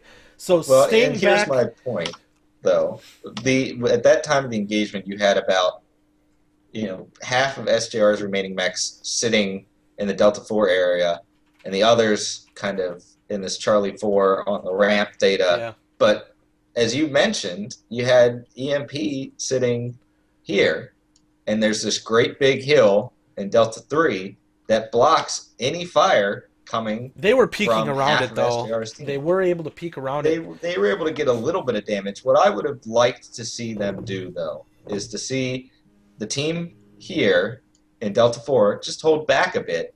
Let your other 4 move around back into Charlie 3 where you have I a little think bit they better would have aim. gotten killed in transition. That Blackjack was there. The Mauler was there. I think they would have And been able to toss that's where fire. you coordinate. If you start taking fire in transition, you need the other guys to back you up and get those free kills in the back. The fact of the matter is they had more mechs available. If they split them up and present 2 different sides to shoot at, one side will be able to shoot without taking damage. And that's the ideal. Instead, they were basically doing a one-on-one trade where they had 4 mechs that were able to shoot, but they were taking damage when they were doing it, and the other 4 mechs on occasion had the opportunity to shoot, but not constantly. And I think that's what you'd like to see when you basically got a 2-to-1 advantage. But like I said, they won. It's a good thing. I think it could have been played better. Personally, instead of SJR being the aggressors to seal the deal, they had the cap advantage. I really think they could have maybe even buttoned up and forced EMP to make the move. EMP did not have the speed to go play against the caps. And when the Blackjack made the move up to Theta, they could have set up a nice firing line to receive him and finish him off relatively quickly. They did have the D4 group kind of backcoring the Blackjack as he came around, but it was relatively just scratch damage. Like we said, either way, it worked. Whatever they did ended up working, and that's great. We're sitting here talking about what could they have done better. They won the match. It doesn't matter. Yeah, we were sitting. option, I guess we're trying to justify how much we were sitting there screaming about, like, oh, SJR's throwing this away, whatever, blah. They wasted EMP's time. EMP did not have the speed to win the cap game, and it was well executed. I mean, bottom line, they got the win. They got the win. That's all we need to really care about. All of this is moot. I think they probably could have been a little bit more passive. Doesn't matter. It was well played by SJR, and they've come back and gotten a win here. So they're still in a deficit, down 2-1. But let's go take a look at the replay while we wait. While they start moving up into lobby here. So I'm going to switch over to that. That's the cleanup phase. I want to see some of the pivotal moments here. FCR definitely did a much better time. Had a much better time trading this time. They kept the damage going downfield. They had a little bit of bump and grind going on here. The Maulers weren't touching because they didn't bring any Maulers. But thank goodness. But we had like a couple examples here. Guy peeks, takes a shot, gets hit by 3 mechs. Guy peeks, takes a shot, gets hit by 3 mechs. Those are bad trades. Those are really bad trades.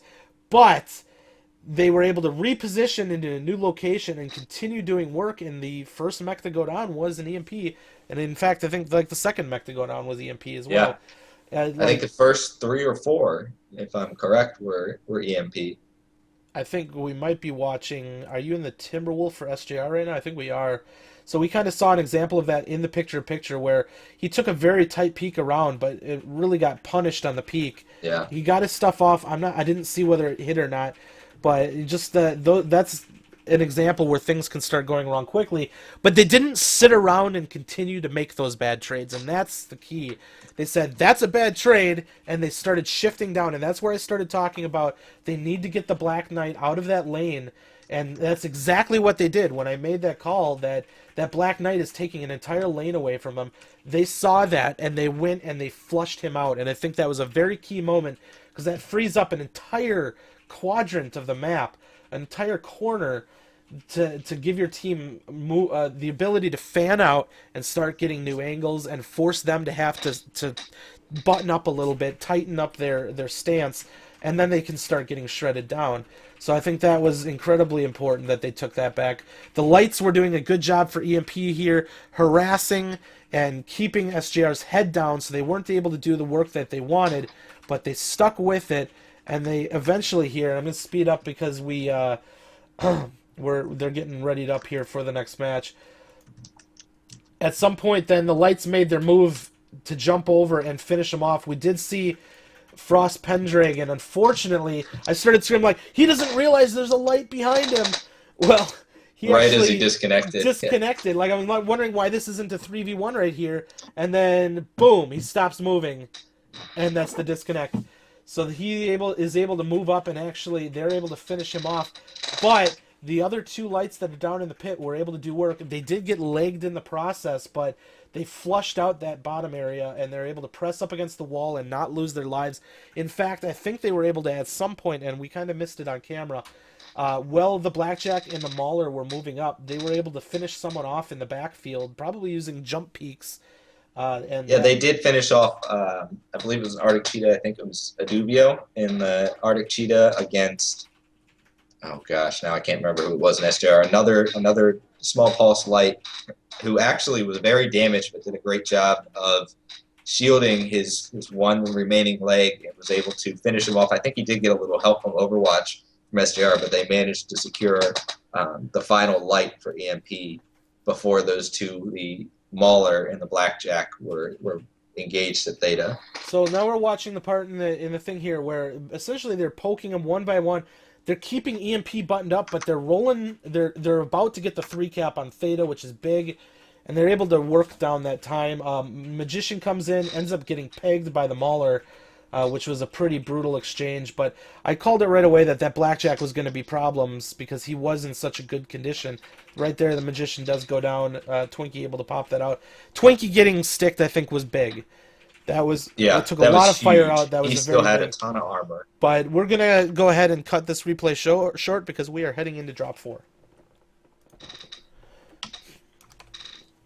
So Frozen City Night, traditionally a brawl map, but we do see a lot of people kind of stagnating a little bit and playing the cap game on here as well, which kind of is different than what we've expected in the past. But you know, here we go. Like they're moving. But I think EMP just let the Maulers touch a bit. So on the red side, Steel Jaguar, we've got Timber, Cheetahs, Griffin 2N, Atlas S. Do we have 2 Atlases? It looks like no, because it's 3-3-3-3 for this drop. So 2 Mauler MX90s and 1 Atlas for this, as opposed to on the other side 2 Mauler MX90s and 1 Atlas. And 1 Atlas. Okay, so we almost have a mirror deck here. 2 Black Knights, 2 Black Knights, 2 Arctic Cheetahs. Looks like a Cheetah and a Jenner 2C. So we've definitely got a little bit of variance, but on the assault side, definitely pretty close to the same things. T-Fun aggressively moving up into Lower City to take a look here. Very dangerous place to be because it only takes one guy coming around the corner to really lay it on him. and Aurora has seismic on him. So T-Fun takes a little bit of shots from Selith, who's in a grasshopper up on top of a building, has pretty good overwatch. If SJR does not have any extreme range mechs, Selith here is going to really he's going to keep him pinned down for a very long time. They are trying to get him with the PPC Goss, looks like that combo, but Selith taking a very slick dodge there, stepped out of the way just in time. He's going to be able to do quite a bit of work here against a mostly brawl deck for SJR. Maybe the Maulers can pop him off that hill, but they're going to have to pin him down if they really hope to do any movement. So we do see some lights heading over to Theta. EMP now has the 3 cap. They do control Theta with ease. It would take a tall order for, like, look at this. You got these 3 lights. If they decided to go in, you've got a Cheetah and probably a Street Crow, and all these guys overwatching Theta. That's a pretty brutal 3 cap here. It's on SJR to make the move. I don't know what they're planning on doing, but it looks like they made the call. Right now, I think the longer they wait, they are not waiting. It is happening. So they are heading up to nose of dropship, at least getting into a better position. But the whole time they're moving, I'm pretty sure they are under the watchful eye of the grasshopper. And we are seeing EMP reacting to this movement, shifting and getting ready to receive. Has seismic. This is going to be absolutely brutal. Let's see what kind of movement here. We got people going up to tail of dropship. SJR has pushed over. They have the Black Knight and the Stormcrow leading with the Griffin. The Black Knight taking pretty massive damage as he moves in, but a very tight brawl movement by SJR. They need to get in and start focusing as hard as possible. They are getting hit from all sides. The Hunchbacks have moved onto dropship and are now backcoring some of the heavier mechs here. Very good movement by EMP to get into the background.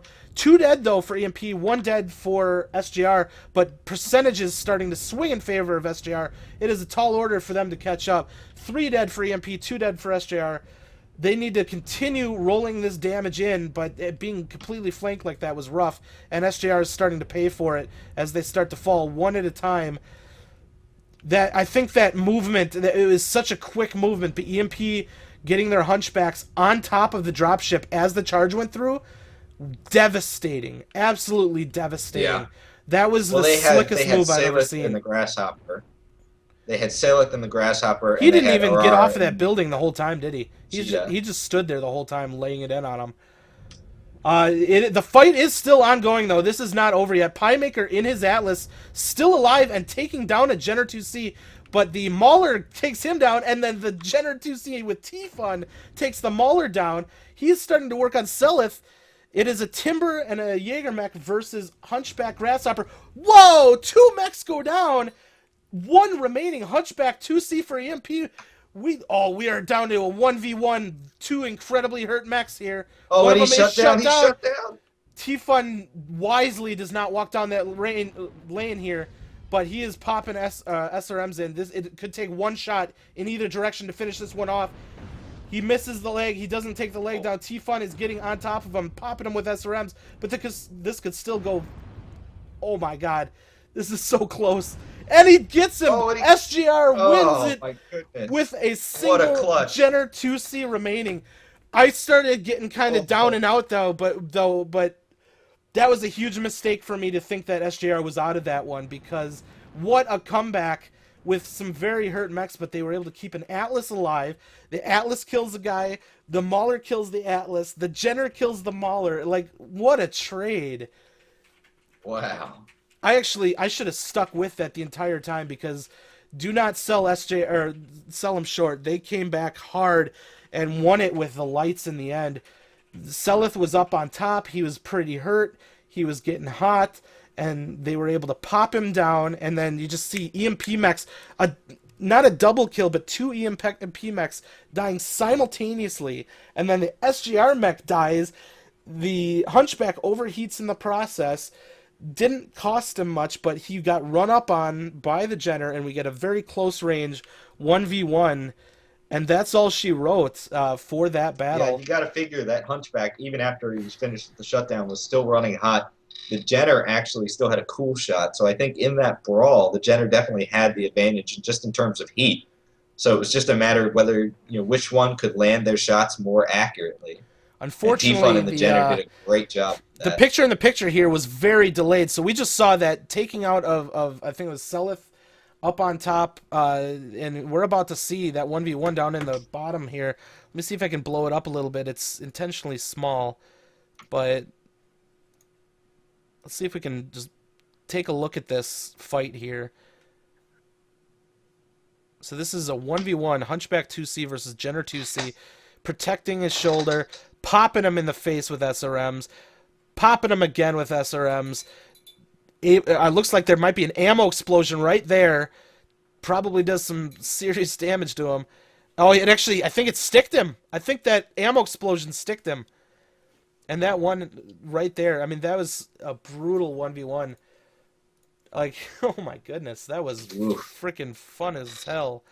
The pie maker in that Atlas, you mentioned he stayed alive for a long time. 3 kills, 627 damage, second most in the game. It's devastating. And then Heimdallite and the Mauler, we all know what those Maulers can do. 4 kills, 688, tops in the match. Just absolutely, absolutely devastating by those assault mechs. They're so good. Absolutely. That was, I mean, I feel incredibly guilty that I started to send SJR down shit creek there, but they brought it back with a very tough fight and sealed the deal. And T-Fun, final mech standing with 4 kills, 468 damage. A great job by him in that Jenner. And that Jenner 2C is becoming very, very popular in competitive play. I know a lot of people wrote the 2C mechs out when they were released. Certainly we see the Hunchback and the Jenner quite often, I think, in competitive play. We saw a bunch of them in this match itself. So good comeback by T-Fun and SJR there. So we're taking a look at the map right now. EMP basically moves up into Lower City. They get some of their guys up here. They got, I think, back on this building, they've got Selith. Oh, why did it disappear again? Okay, I gotta work out that bug. But so he was down on top of this building doing some Overwatch. So every movement was being watched by him, and they really had to keep their heads down. But because they took this general region here, that means they control Gamma, they control Kappa, and easily control Theta. They had their street, I think it was a street crow position here, and then 3 lights operating in this region over Theta. SJR kind of had their lights down here and were like, nope, and came back. There's no way they would have won a fight there, but they did have Epsilon. They gathered up in this region here, and then they started the push. So this is where this is where EMP was operating, and this is where the staging area was for SJR. Now, don't forget at the base of dropship, there was one Arctic Cheetah for EMP that not only had seismic but also was just popping visuals. They knew that movement. They knew they were forming up, and they knew the movement as soon as it started. So they started pushing nose of dropship. We had a general vicinity of EMP mechs here. They shifted over to the right. They continued to have their Overwatch mech up there, but they did set up to receive kind of in this line right here. SJR does poke over and break into them. Now, this is one of the big things that I saw is they had their Hunchback here and they had their Arctic Cheetah. They ran up on top of dropship and had firing lines into the backs of the SJR mechs, relatively unopposed. And we saw some massive damage being dealt to SJR in that situation. But SJR had really good focus and took out some EMP mechs first with this main charge, but when looking at the percentages, it started looking grim because you saw 4 or 5 SJR mechs in the 60% or lower range, and then you only saw 1 mech at a time going down for EMP, which is the sign of good focus, but then you start seeing those 60% mechs start to fall, and things start swinging heavily in favor of EMP. I kind of missed what started happening, so let's go see if we can catch it on the replay here. But as the fight progressed, they kept laying it on. So let's take a look and see if we can zoom forward here, get into the fight. We're going to start right when the charge begins. Whoops, a little bit too far. A little bit too far. I want to see it right as they breach. Okay, so they're there. EMP knows exactly where they are, and they know exactly what their intentions are. And then here comes the Brawl Rush. Coming up through nose of the dropship. You see the movement from the Hunchbacks in the back there, getting up on top of the dropship, which is very good for them. So the lead targets are some heavies and mediums, getting pummeled, but not out of the fight yet. Some good damage dealt to them. Now here's the Hunchbacks popping into the back. They are being challenged by an Arctic Cheetah, and it looks like a Timberwolf, but they were able to get a lot of good shots. Look at those percentages for SJR. You can understand why I started to sell them, thinking they were done here. But 3 dead for Imperial is very good. 2 of them being the Black Knights. Selith up top just laying it into them. But look how hurt SJR is. So let's watch. Slummy in the Hunchback 2C is getting wrecked, and it looks like he's about to go down. Proton in the Mauler Amex 90, they ended up switching to him, getting him down. So they're maintaining their focus. They've got everybody kind of bottled up on Tactical Hill here, and they're kind of surrounding him. You can, like, people just dying all over the place. It's so hard to track what's going on. And then we start to say, okay, it's 4 left for SJR against 6 left for EMP.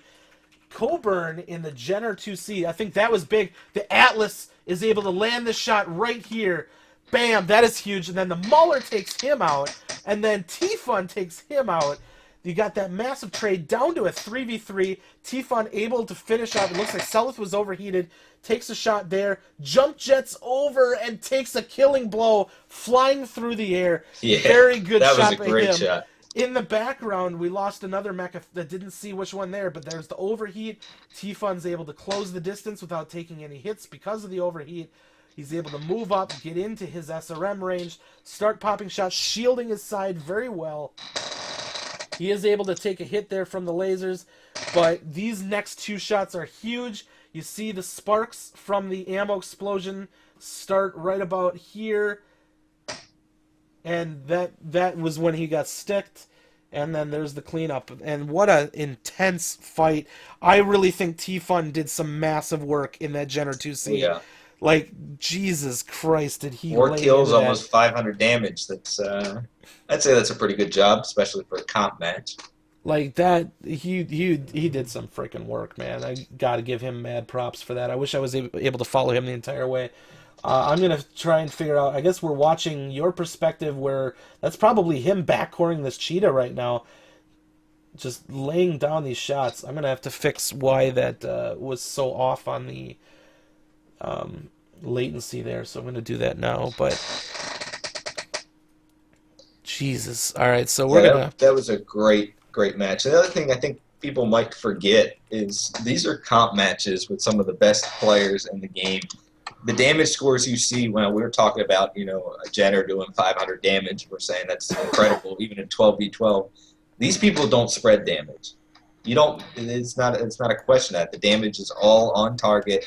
There, so in a pug match, or maybe just a casual match, whatever, you might see a guy get 1,000 damage, and you're like, now that's a good damage score. Obviously, this is still 12v12, but when you're talking about focus fire and you're talking about always hitting the same component, there's it's the same amount of mechs on the field, but there's not as much armor to cut through for these guys. So you're going to see matches like that. 500 damage, 4 kills, and a Jenner is fantastic. Whew. Man, absolutely. I'm just quick plugging in here. Looks like we've got a lot of great donations coming in.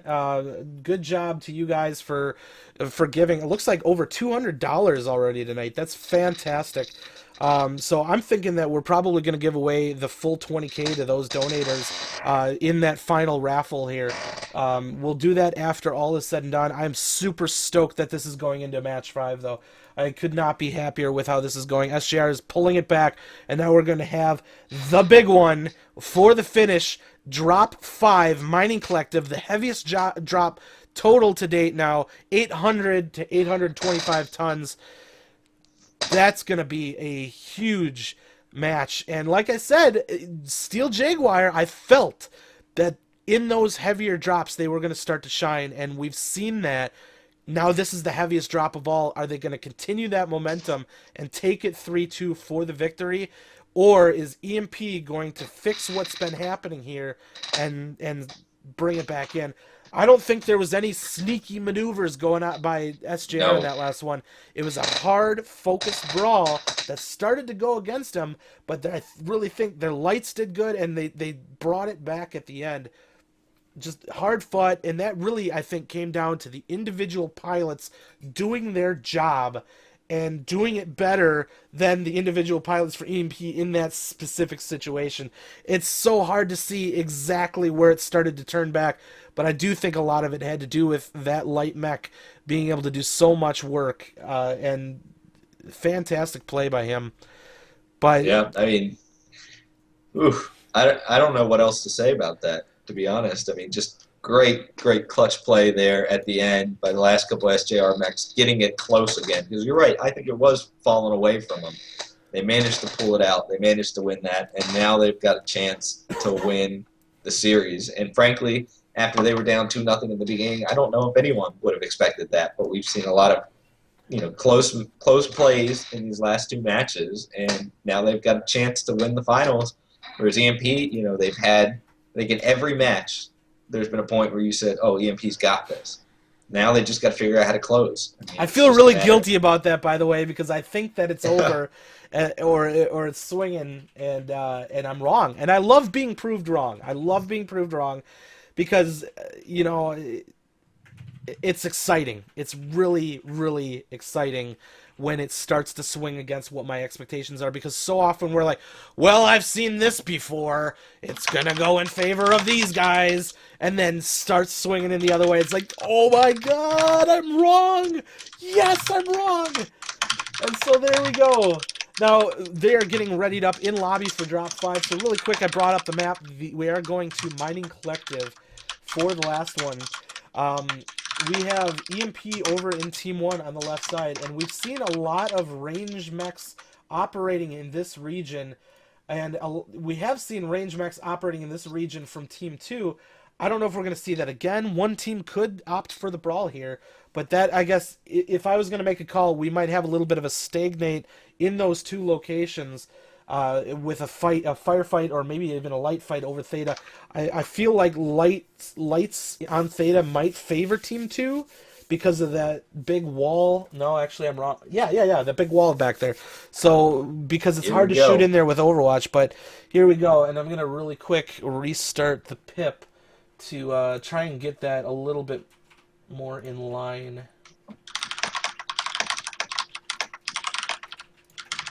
So let's pop the pip up. So here we go. We are getting in. Mechs are moving. And we are over on the SJR side. And the pip's not coming up. It's coming up here. Let me try to give it one more pop on that. Is your stream still going? Yes. I don't want to lose this. Come on. I'm going to give it one last try. Oh, it just went right when I refreshed the page. God damn it. Sorry. So we do have Twinkie Overlord in the good old-fashioned Direwolf with 2 PPCs, 2 Gauss rifles. Not something you see all the time now, but it can be a very good mech in the right hands. And Twinkie's probably got his sweatband on, ready to roll. So SJR is moving up onto the Sigma side, but they are not taking the high ground. They're doing a lot of trading on from the low ground here. We are seeing EMP in that general region, not really up as high as I expected them to be, but generally staying in the middle of the map on this side. They have conceded Theta to SJR, and those light mechs are starting to move out, or at least hang out in the backfield. So we have at least a 2v2 cap. They haven't taken Sigma yet. It looks like they're going to send Jaeger and the Timberwolf to go get Sigma and start the tickets in favor of SJR. But a pretty brutal trade going across the way here. Looks like SJR might have gotten some pretty good hits in, but not too much in one direction or the other at this point. Pretty good firing lanes here. This is intense. They got Magician back there in the MX-90, firing at pretty much the edge of his optimal range, but doing significant damage every time he lands it. Looks like we actually have both Maulers firing over each other's shoulder down this narrow firing line. And Arara in the Jenner 2C is actually taking quite a bit of damage. And Selith in the Grasshopper is getting punished. Oh, good strike right across. Oh, that was a both good of them. strike. Very well placed there. They need to keep chaining those strikes in there and keep punishing them. But these guys that are poking up top here are getting a face full of Mauler right now. I don't know if they're going to be able to contend with those. Just the fire coming through is huge. Now, EMP is making a move on Theta. They're sending their Ebon Jag and their Black Knights up to Theta to push the lights off. But they're starting to get some poke damage in the back by the Banshee 3M. So we're going to have a crossfire from two completely different locations. Looks like SJR might be... They're all backed up into the corner, but they have the angles they need. They need to continue putting that damage down. G-Man and the Banshee 3M standing his ground, and the Ebon Jag has pulled out of Theta.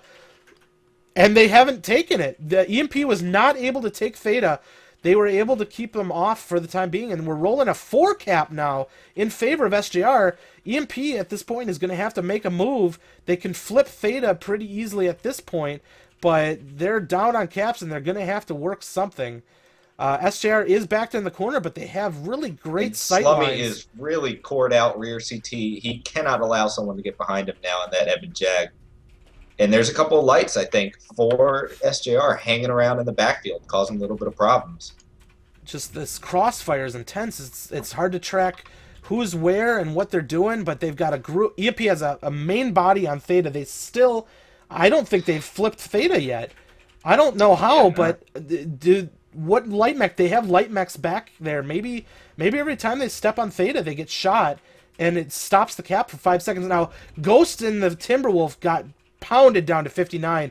Main body is on Theta, and this firing line right here is deadly to cross. And they're looking to catch somebody out, but EMP is starting to move up. G-Man just went down. EMP is making their move. They're going to come through this firing line. Let's see, as these mechs move through, whether or not they get punished. SJR needs to be on point with these shots as they come through. And here they come. The Direwolf takes massive hits down to 71. The Hunchback is the new focus target, down to 60, but he is able to move out and stay alive. Magician goes down in the Mauler. That's a brutal loss. Just a massive firefight from both sides here. Focus is starting to fall apart. Banshee 3M. I think EMP's taking this brawl. They're doing well with it. Absolutely. Now, mechs are just falling left there. and right. Tweaking in the Arc Cheetah trying to do whatever he can, but he is getting pounded by the Mauler. Jump jetting up. Skeet shooting. 4 left for SJR. They're going to have to try and break off and play caps at this point. We've got Jaeger and the Timber here fighting the Black Knight. And he gets him. Jaeger is able to take the Black Knight down to 60%. He is going to get run up on. He could still, with that kind of alpha, he can make the shot and start turning this in his favor. And he does another one. Selith goes down in the Grasshopper. A lot of still incredibly hurt mechs. They are still on the cap game. They could win it with 2 caps at this point. Let's see if they can maintain. And stay alive. So SJR has gone into full just stay the frick alive mode. But Mauler MX-90 getting some really big hits on Jaeger. Man. This is a hard exchange. Proton is not going to let him live. He is moving up with 80% health, and Jaeger is... And that airstrike almost killed him. Oh, there it is. Proton does get the hit, and he's able to move onto Sigma, flipping it over. 3 cap advantage that's still ticking for now, but the 2 mechs remaining are going to have to work a miracle at this point. T-Fun, 54% in his Jenner 2C, is going to attempt to take Kappa, but he is going to be challenged by Heimdallite in the MX-90. Oh, Heimdallite's going to have to take it into brawl range, though. This is going to be an interesting exchange right here. T-Fun could pull this off if he lands his shots, but he needs to know that this is coming up on him. If Heimdallite makes this shot, T-Fun is down, and this is going to potentially go in favor of EMP. It makes it out without taking a scratch. That is huge. So he did not have the opportunity to flip Kappa, but he made it out with his life. Let's see if he can keep that going, but he takes a little bit of scratch. Jumping over the pit, makes it out. Oh my god, what a freaking maneuver. So while that is happening, I think he's going to make it out alive. We have Tweakin moving up to Cap Theta now that EMP is mostly vacating it, but he spots Ex Machina up on top. Tickets are now bleeding. T-Fun just went down. It's just Tweakin left for SJR. Oh my goodness. I don't think he can. He doesn't know that Cap. Machina dropped down. He doesn't know that Machina Yes, dropped he down. does. He has seismic. Okay, so he saw he dropped Seismic down. popped up on his mech. He's not going for Theta, it looks like. He's got a tall order at this point, though. Yeah. Tickets are hemorrhaging. 5 cap in favor of EMP. 2 caps at this point are not going to win it, so he needs to fight, but it looks like this one is going to go in favor of EMP. What a hard-fought battle. Just incredibly... Streak mech. Oh, what a way to go. What a way He to has go. one shot, though, if he can get it. Oh! Come on, kill the goddamn streak mech, please! He's still alive. Oh, he gets him! He got the kill! Tweakin's the winner. Tweakin's the winner, right there. That's all I care about is that he freaking killed the Stormcrow. But MercStar Charity Invitational goes in favor in a very hard-fought, close match. Goes in favor of EMP. Goodness gracious, that was definitely... It could not have been closer. Just the whole series, my God. And the damage spread on this drop, out of all of those drops, the damage spread is almost identical. Just really close by both teams there. Oh, the cheetahs for SJR being held under 100 damage. They were probably working the cap game for a majority of that, but they managed, with 63 damage, managed to get 2 kills, one of them being the Stormcrow, of course, but... Yeah. They did what they could. They tried to do their job, and unfortunately, those last couple mechs, like that, Proton is hard to beat in a 1v1 when he's in an 80% mauler against your cored out Timber. I can't say that Jaeger didn't do his best, because he got 2 kills in a row there. That was huge. Yeah. But oh my goodness, oh my goodness, what a fight. Yeah, I mean, if you got to choose one person on EMP to leave alive in a very fresh mauler, I'm pretty sure it wouldn't be Proton. Oh my goodness. I'm not sure who I would choose, but I can assure you that it would not be Proton. So we had SJR operating up here in the B4, B5 region. EMP had a row of like grasshoppers here, and we had a very good... God damn it. I don't know why that keeps doing that. I don't know if maybe it's when you're signing into it or what, but so they're up in this region here. EMP has the grasshoppers right in this region, and you got the maulers sitting like back here, and they have a sight line into those grasshoppers, and they were doing some freaking work. They got the Jenner, I think they popped the Jenner when he was up there too, and he actually got held to incredibly low damage. But that sight line right there was huge. Obviously, Theta went initially to SJR, who had their guys kind of sitting back here. I noticed SJR had some Overwatch here. EMP had their main body in this region, and they actually took them and stationed them right here. They had, I think, a Stormcrow on Theta, and I think the reason why that stayed in favor of SJR so long is I think that was ER medium lasers, maybe? Firing into Theta, preventing the cap for that long was big. Yep. Very big. But unfortunately, fortunately or unfortunately, but EMP decided to take their charge up into the battle here. I don't think that SJR necessarily had the best positions for their crossfire, but they started laying it into them, just blasting from these angles here into the main firing line. But EMP, once they got all of their mechs into this region, were able to systematically start taking SJR's mechs down one at a time, and that was intense, absolutely intense. Just I really liked SJR's initial positioning. I felt they had the upper hand, but as soon as EMP pushed in there, it just felt like SJR's mechs had been so focused on trying to get the angles for that long range fight that you're doodling all over the map. Yeah, I mean, these were the two main firing lines. We had this one into here, and then in tanks going up to Theta.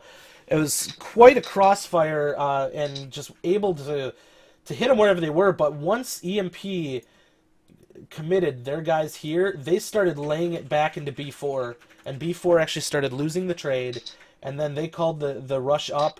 They no longer, SJR no longer had their guys up here because they were losing the trade. They had to back up. And so then they were forced to fight in this region and down here. And that charge up, they got their mechs up there relatively unscathed. The Direwolf went in first, took probably about 20% damage, but then filtered back, and then the Hunchback rushes up. He's the next target, but then he cuts right down into here and stays alive. Very heads-up play by him to stay alive, essentially not necessarily wasting the entire time that SJR was hitting him, but stayed alive through that entire fire, and then the rest of the EMP mechs move up behind him and start laying the fire in and getting the job done. Let's go take a look at the replay. So we're actually almost in a perfect position here. I'm going to step it back one little bit. That might have been more of a lot of bit, but here we got some pretty brutal trading like that. That's the fire line I was talking about back there. It wasn't even necessarily coming from tanks, but, you know, you had these guys up in here trading in. But look at all these EMP mechs. That's a brutal firing line. And they're tiered up, too. That's the big thing. They got mechs standing on top of mechs, basically, able to all hit the same target at the same time. That's very hard to trade against with this position. You can only do it so much. And as we saw, Ghost in the Timber got completely wrecked by that firing line and had to essentially stay out of the fight. But then we saw all these dots start moving. They did take down, as they came around, they got into like a 3v1 with the Banshee. G-Man goes down, and so now they're able to swing around. And here we go. So the Direwolf gets slammed from 90% down to 70. The Hunchback balls in, gets hit hard, but filters out, and then here comes the Mauler! Heimdallite, Twinkie's up in behind him, no longer really getting focused. Black Knight up in the front, and you got 5 mechs and some of the Overwatch in the back, just slamming it into SJR, and we see mechs start to fall left and right very fast, and it starts swinging very heavily in favor of EMP. It just didn't feel like SJR was ready to receive that sort of push. I think they were still positioning for the trades, trying to find that little tiny bits of cover. This is cool right here. I love this. This just 1v1 takes down the Black Knight, sticks to his guns. Here comes South whipping around the corner. I knew this was going to be good from the start. Does take a little bit of laser damage and bam, takes him out. Love those when they come in 1v1 like that. But unfortunately, who's the next up on the docket? It is Proton in a very fresh Mauler MX-90. Jaeger has no clue who's next. And in fact, you're watching his view right now. And now, was that he even took a shot on someone else right when he peeked around the corner. Now he knows who's coming around and dodges the airstrike.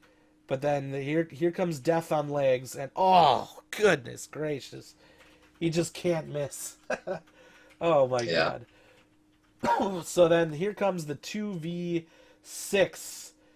Obviously, the Timberwolf did what he could, but that Heimdallite rocket up here onto Kappa. T-Fun gets away by the skin of his teeth, but isn't able to take the cap. I don't think it would have made a big difference, but he kept his life. But just hard fought all the way into the buzzer, just hard fought by both teams. They did what they could, but ultimately, I feel like some of the trades went a little against SJR at the end there. Like, we saw this thing here, that jump by T-Fun to keep alive was pretty bitchin'. Good heads-up play there. But, yeah, he's getting hit by Overwatch, just getting away. His jump jets over the pit. Ugh, can't touch me. But then you said he got killed anyways. I think back in this region here, these trades started to go bad. That Timberwolf got punished. It was the guys that were stacked up on Theta that really gave it to him here. And I think that's when it started to go south. They needed... The percentages aren't that bad for SJR. But those guys up on Theta started laying it on him in such a ferocity that... Watch Ghost here. This is just absolutely brutal. Oh, so here's the Overwatch keeping the cap in favor of SJR. But then here comes the pain. Oh, my goodness. Just hurts so bad. And then up in front there, you've got G-Man doing what he can in that corner. But that's right when EMP called the charge. and he gets just completely wrecked right there by the guys coming around the corner. And those trades going bad freed up the charge for EMP, and they were able to come in and just keeping alive. That was huge. So very well played by EMP for sure, but well fought by SJR. This is not a stomp in any way, shape, or form. No, that was just a great series altogether. That was, I think, everything you could have asked for in a EMP versus SJR match, especially a 12v12, biggest match you can get sort of thing. That was fantastic to watch. I hope you guys enjoyed watching it as much as I think both me and Bandit did. Absolutely. I mean, that was a pleasure to cast. I was thrilled with how many times I was called basically wrong, 100% wrong on some of these calls. So I love that happened. Let's go ahead and pick another winner here. Selif walks away with some MC as well. Congratulations. This chat is scrolling too fast. There we go. Rigged. Rigged. Oh my goodness. All right, well, I got to take a breath here for a second. Wow, that was exciting. I didn't give away nearly enough MC. Let's give away some more. Rigged. Rigged. Oh my gosh, Nightbot, really? I'm not giving it to say. Sorry, bro.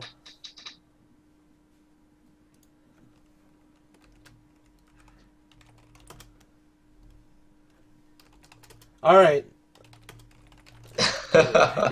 What? So Nightbot has picked Sace twice in a row, so I'm going to switch over to my typical thing since we got, we're done watching stuff here. But let's load up the names and let's take Sace out of the freaking list. And we'll take MD out of the list. Goodbye. Aww. Take Nightbot out of the list. And some other people. Alright. Let's do it.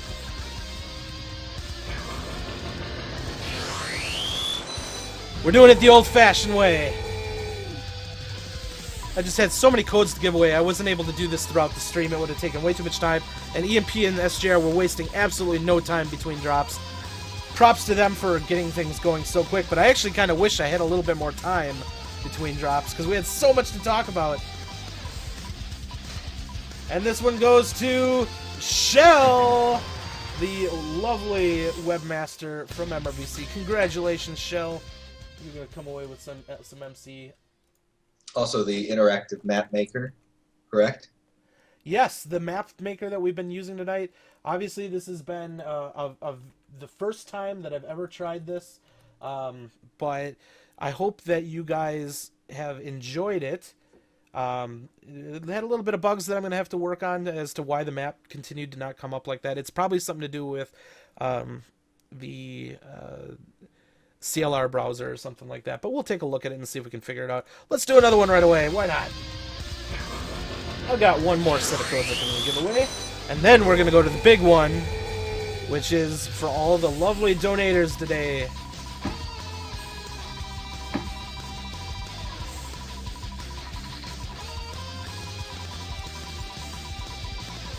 And the winner of another set of codes.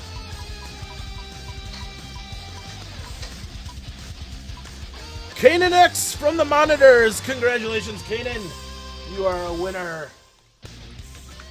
Once again, I will be sending all these codes out afterwards. Make sure you follow the channel if you have not already. It makes it a hell of a lot easier to get the codes to you when I mail them out. Thank you to all of the new followers. I didn't even bother reading the list this time. I swear to God, a bunch of you guys that are following me already had me followed, but I might be wrong. But thanks for following anyways. Let's see if I can get the names for the big one.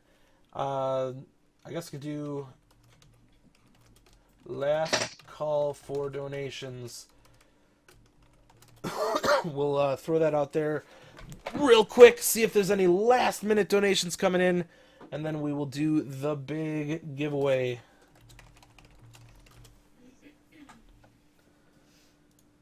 Oh, what a match. That was fantastic. That was a great match. I think we've seen some great competitive matches before. That one I would put up there. I mean, it started out, like we said, a little rough. I think SJR maybe just had to get in their groove, obviously, get their clutch game on. But, those first 2 drops, I think anyone would have said EMP is going to take the third one, and this is going to be a 3-0 decision. And all of a sudden, SJR, found their clutch pants, put them on. I mean, we even started talking that way. We were like, we started talking about like, oh, well, is this best of 5? Oh man, if it goes 3-0, can you at least play it out so we can have a little bit more to watch? Blah blah blah. Nope, didn't matter. We went to Game 5. Yes, I love it. Absolutely love it. Ham27 in the chat. The T-Fun fadeaway SRM shot is kill of the night. That's right. I think that was badass, and that was badass. I really want someone with computer abilities do just a capture of that one moment. That would be great. Absolutely. I mean, that was just the work that he was doing on that. I think was fantastic. I mean, a couple of the other things. What was it? Was it Tweakin? Was it Tweakin in the Timberwolf at the end there, trying to clutch it and drop 5 in the Timberwolf? He got the 2 kills in a row and then got killed by Proton. I think that was. No, I think Tweakin was in the Arctic Cheetah. Was he not? Oh yeah, you're right. Yeah. Killing me on names here. Let me see if I can pop it. I do think that was pretty badass though. That fight, just doing what he can. It was Jaeger XII, just doing whatever he could with whatever he had, and obviously the chips were stacked against him. The first 2 he killed were very hurt, but he landed those shots, and that was freaking fun to watch. It was exciting as hell. But if anyone had any doubts that these are definitely the 2 best teams in MWO right now, I think we saw tonight just both of these teams are powerhouses, and EMP definitely had a fight on their hands. So what an intense, fun matchup. So we're gonna go ahead. These are 2 good teams going at it here. All right, we're going to close up the donations then for the night. You guys were fantastic, especially today.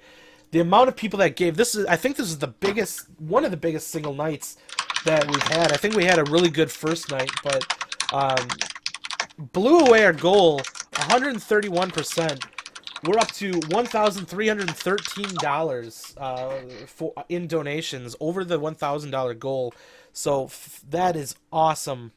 That is awesome. I'm so happy with that, and you guys are definitely fantastic. So we've got a really big MC pack that we're going to be tossing your way to one lucky winner, and I'm going to get the names here and start plugging them into the giveaway tool.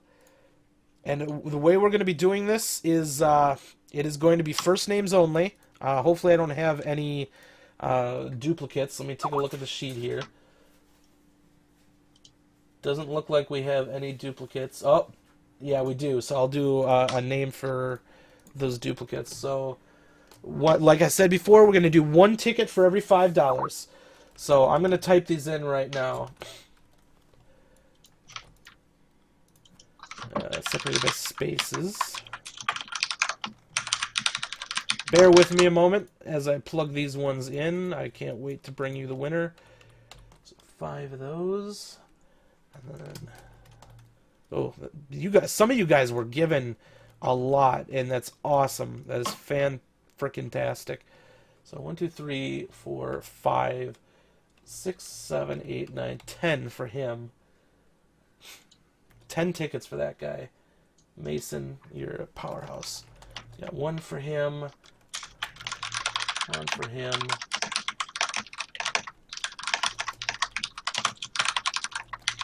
Jeffrey has been giving pretty much in every single match I've seen Jeffrey giving. And mad props to him. He has come away with a win in the past, but I think he's given way more money than the MC packs he's got are worth. And so definitely thank you to Jeffrey for all of your donations. It goes to a really good cause. 2, 3, 4, 5, 6, 7 tickets for him. 1 for him. Tyler. I just want to make sure I do this absolutely perfectly. Oh, big donation from this guy, Cole. Cole is definitely coming to play on this one. 1, 2, 3, 4, 5, 6, 7, 8, 9, 10, 11, 12, 13 tickets for Cole.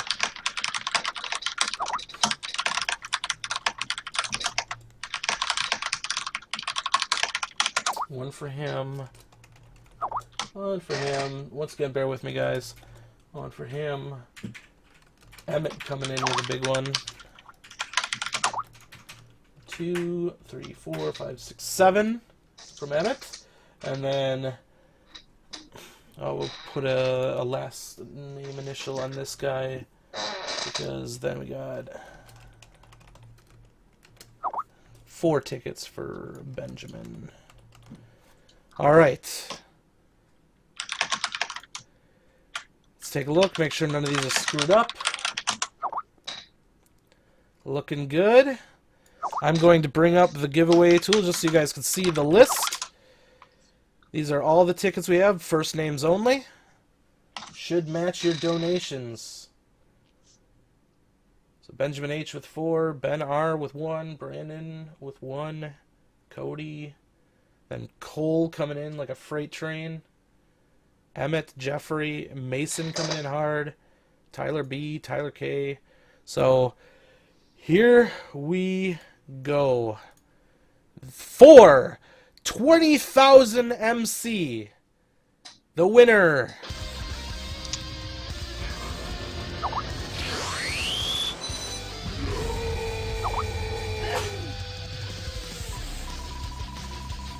all those first names flying past, around and around it goes.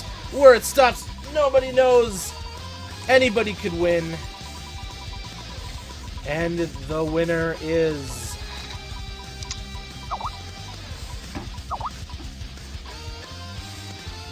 Jeffrey wins it. Those 7 tickets took you far. Congratulations, Jeffrey. Congratulations. You are the winner of 20,000 MC. Good on you. Send me a Twitch message and I will make sure to arrange to have those codes sent to you right away. Awesome. Awesome. What a night. What a night. We had a pretty good crowd out there today. Thank you, everybody, for coming by for this match. I think that I really hope you guys were as entertained as I was. Definitely looking for any feedback you guys might have as to the 2 new things that I put in today. The map with the whiteboard and the picture-in-picture especially. That one we're definitely paying attention to. That's brand new. We only got to practice with it once. Still working out the kinks, but anything you guys have to say about that, we need to try and spot those latency issues and bring it back down to within 3 seconds. But that one kind of got away from me there. But man, what a freaking match. We will be casting again, I believe, on Saturday. We're going to be doing a lower division match for MRBC. Should be a really good one. It's actually New Texas Mercenaries versus the Monitors. I think it's going to be a good matchup because I think it's for the division, basically. It's going to decide basically, who's the going to Monitors take have it. been playing very well, but as I pointed out in my latest MRBC write-up, New Texas Mercenaries is, by the standings, the most dominant team out of any of the divisions compared to their peers. They have, if I believe, I'll pull up my article right now, they have killed 118 out of the possible 120 mechs in their matches with 14 wins, 1 loss. That is tops, basically, out of any team within their own division. So the Monitors certainly have a challenge in front of them, in that game, but it should be a very good one. And if they can pull it off, I think the Monitors might take that division. Absolutely. And, oh, man, I just saw in chat, Twinkie was saying, back on Tourmaline, with the Streak Mad Dog, he did so much damage. Apparently he was sitting up on the spire and shooting down from the spire with streaks. He was basically untouched and just hailing streaks down on his opponents as they charged him in. That's a unique play, if anything. My goodness. It obviously went in his favor, though. He did some massive, massive damage. So, So EMP had a sneaky strategy of their own. SJR had those lights coming up from the pit. yeah. They had Twinkie ruling over all of them. So there are a couple events still with the MercStar Invitational that are coming up here. We've got the for the charity. They've got the, I think he said, was it Sunday? They had blood something. I forgot what it was called. Sorry. I'm sure he can pop it into chat as to what that is and what date it is. And then, of course, the big one being the 1v1 tournament that's coming up. That's all going to get posted out on Reddit and stuff and hyped and everything. I think it's a one-day 1v1 tournament with the rewards being those signed posters from Hairbrain Schemes and a bunch of MC to give away and stuff. So, should be good. And then, obviously, our cast coming up. And stay tuned. Make sure you guys follow if you haven't already. And, keep an eye on Reddit and stuff for future casts. And there's a lot of casters out there that are really putting a lot of work into trying to bring this stuff to you guys and really hype it up. And hopefully I can help those guys grow as casters as well and get some of these tools out to them. I mean, I built that map thing, and I thought that was pretty good, and I gave that out, and I want everybody to be able to use that. And Shell ran with it, of course. And I'm going to be working on fixing up this overlay a bit more, making it a little bit more exciting. That should be good too. But yeah, I mean, what a freaking fight! I've got to go rest my voice now because that was awesome.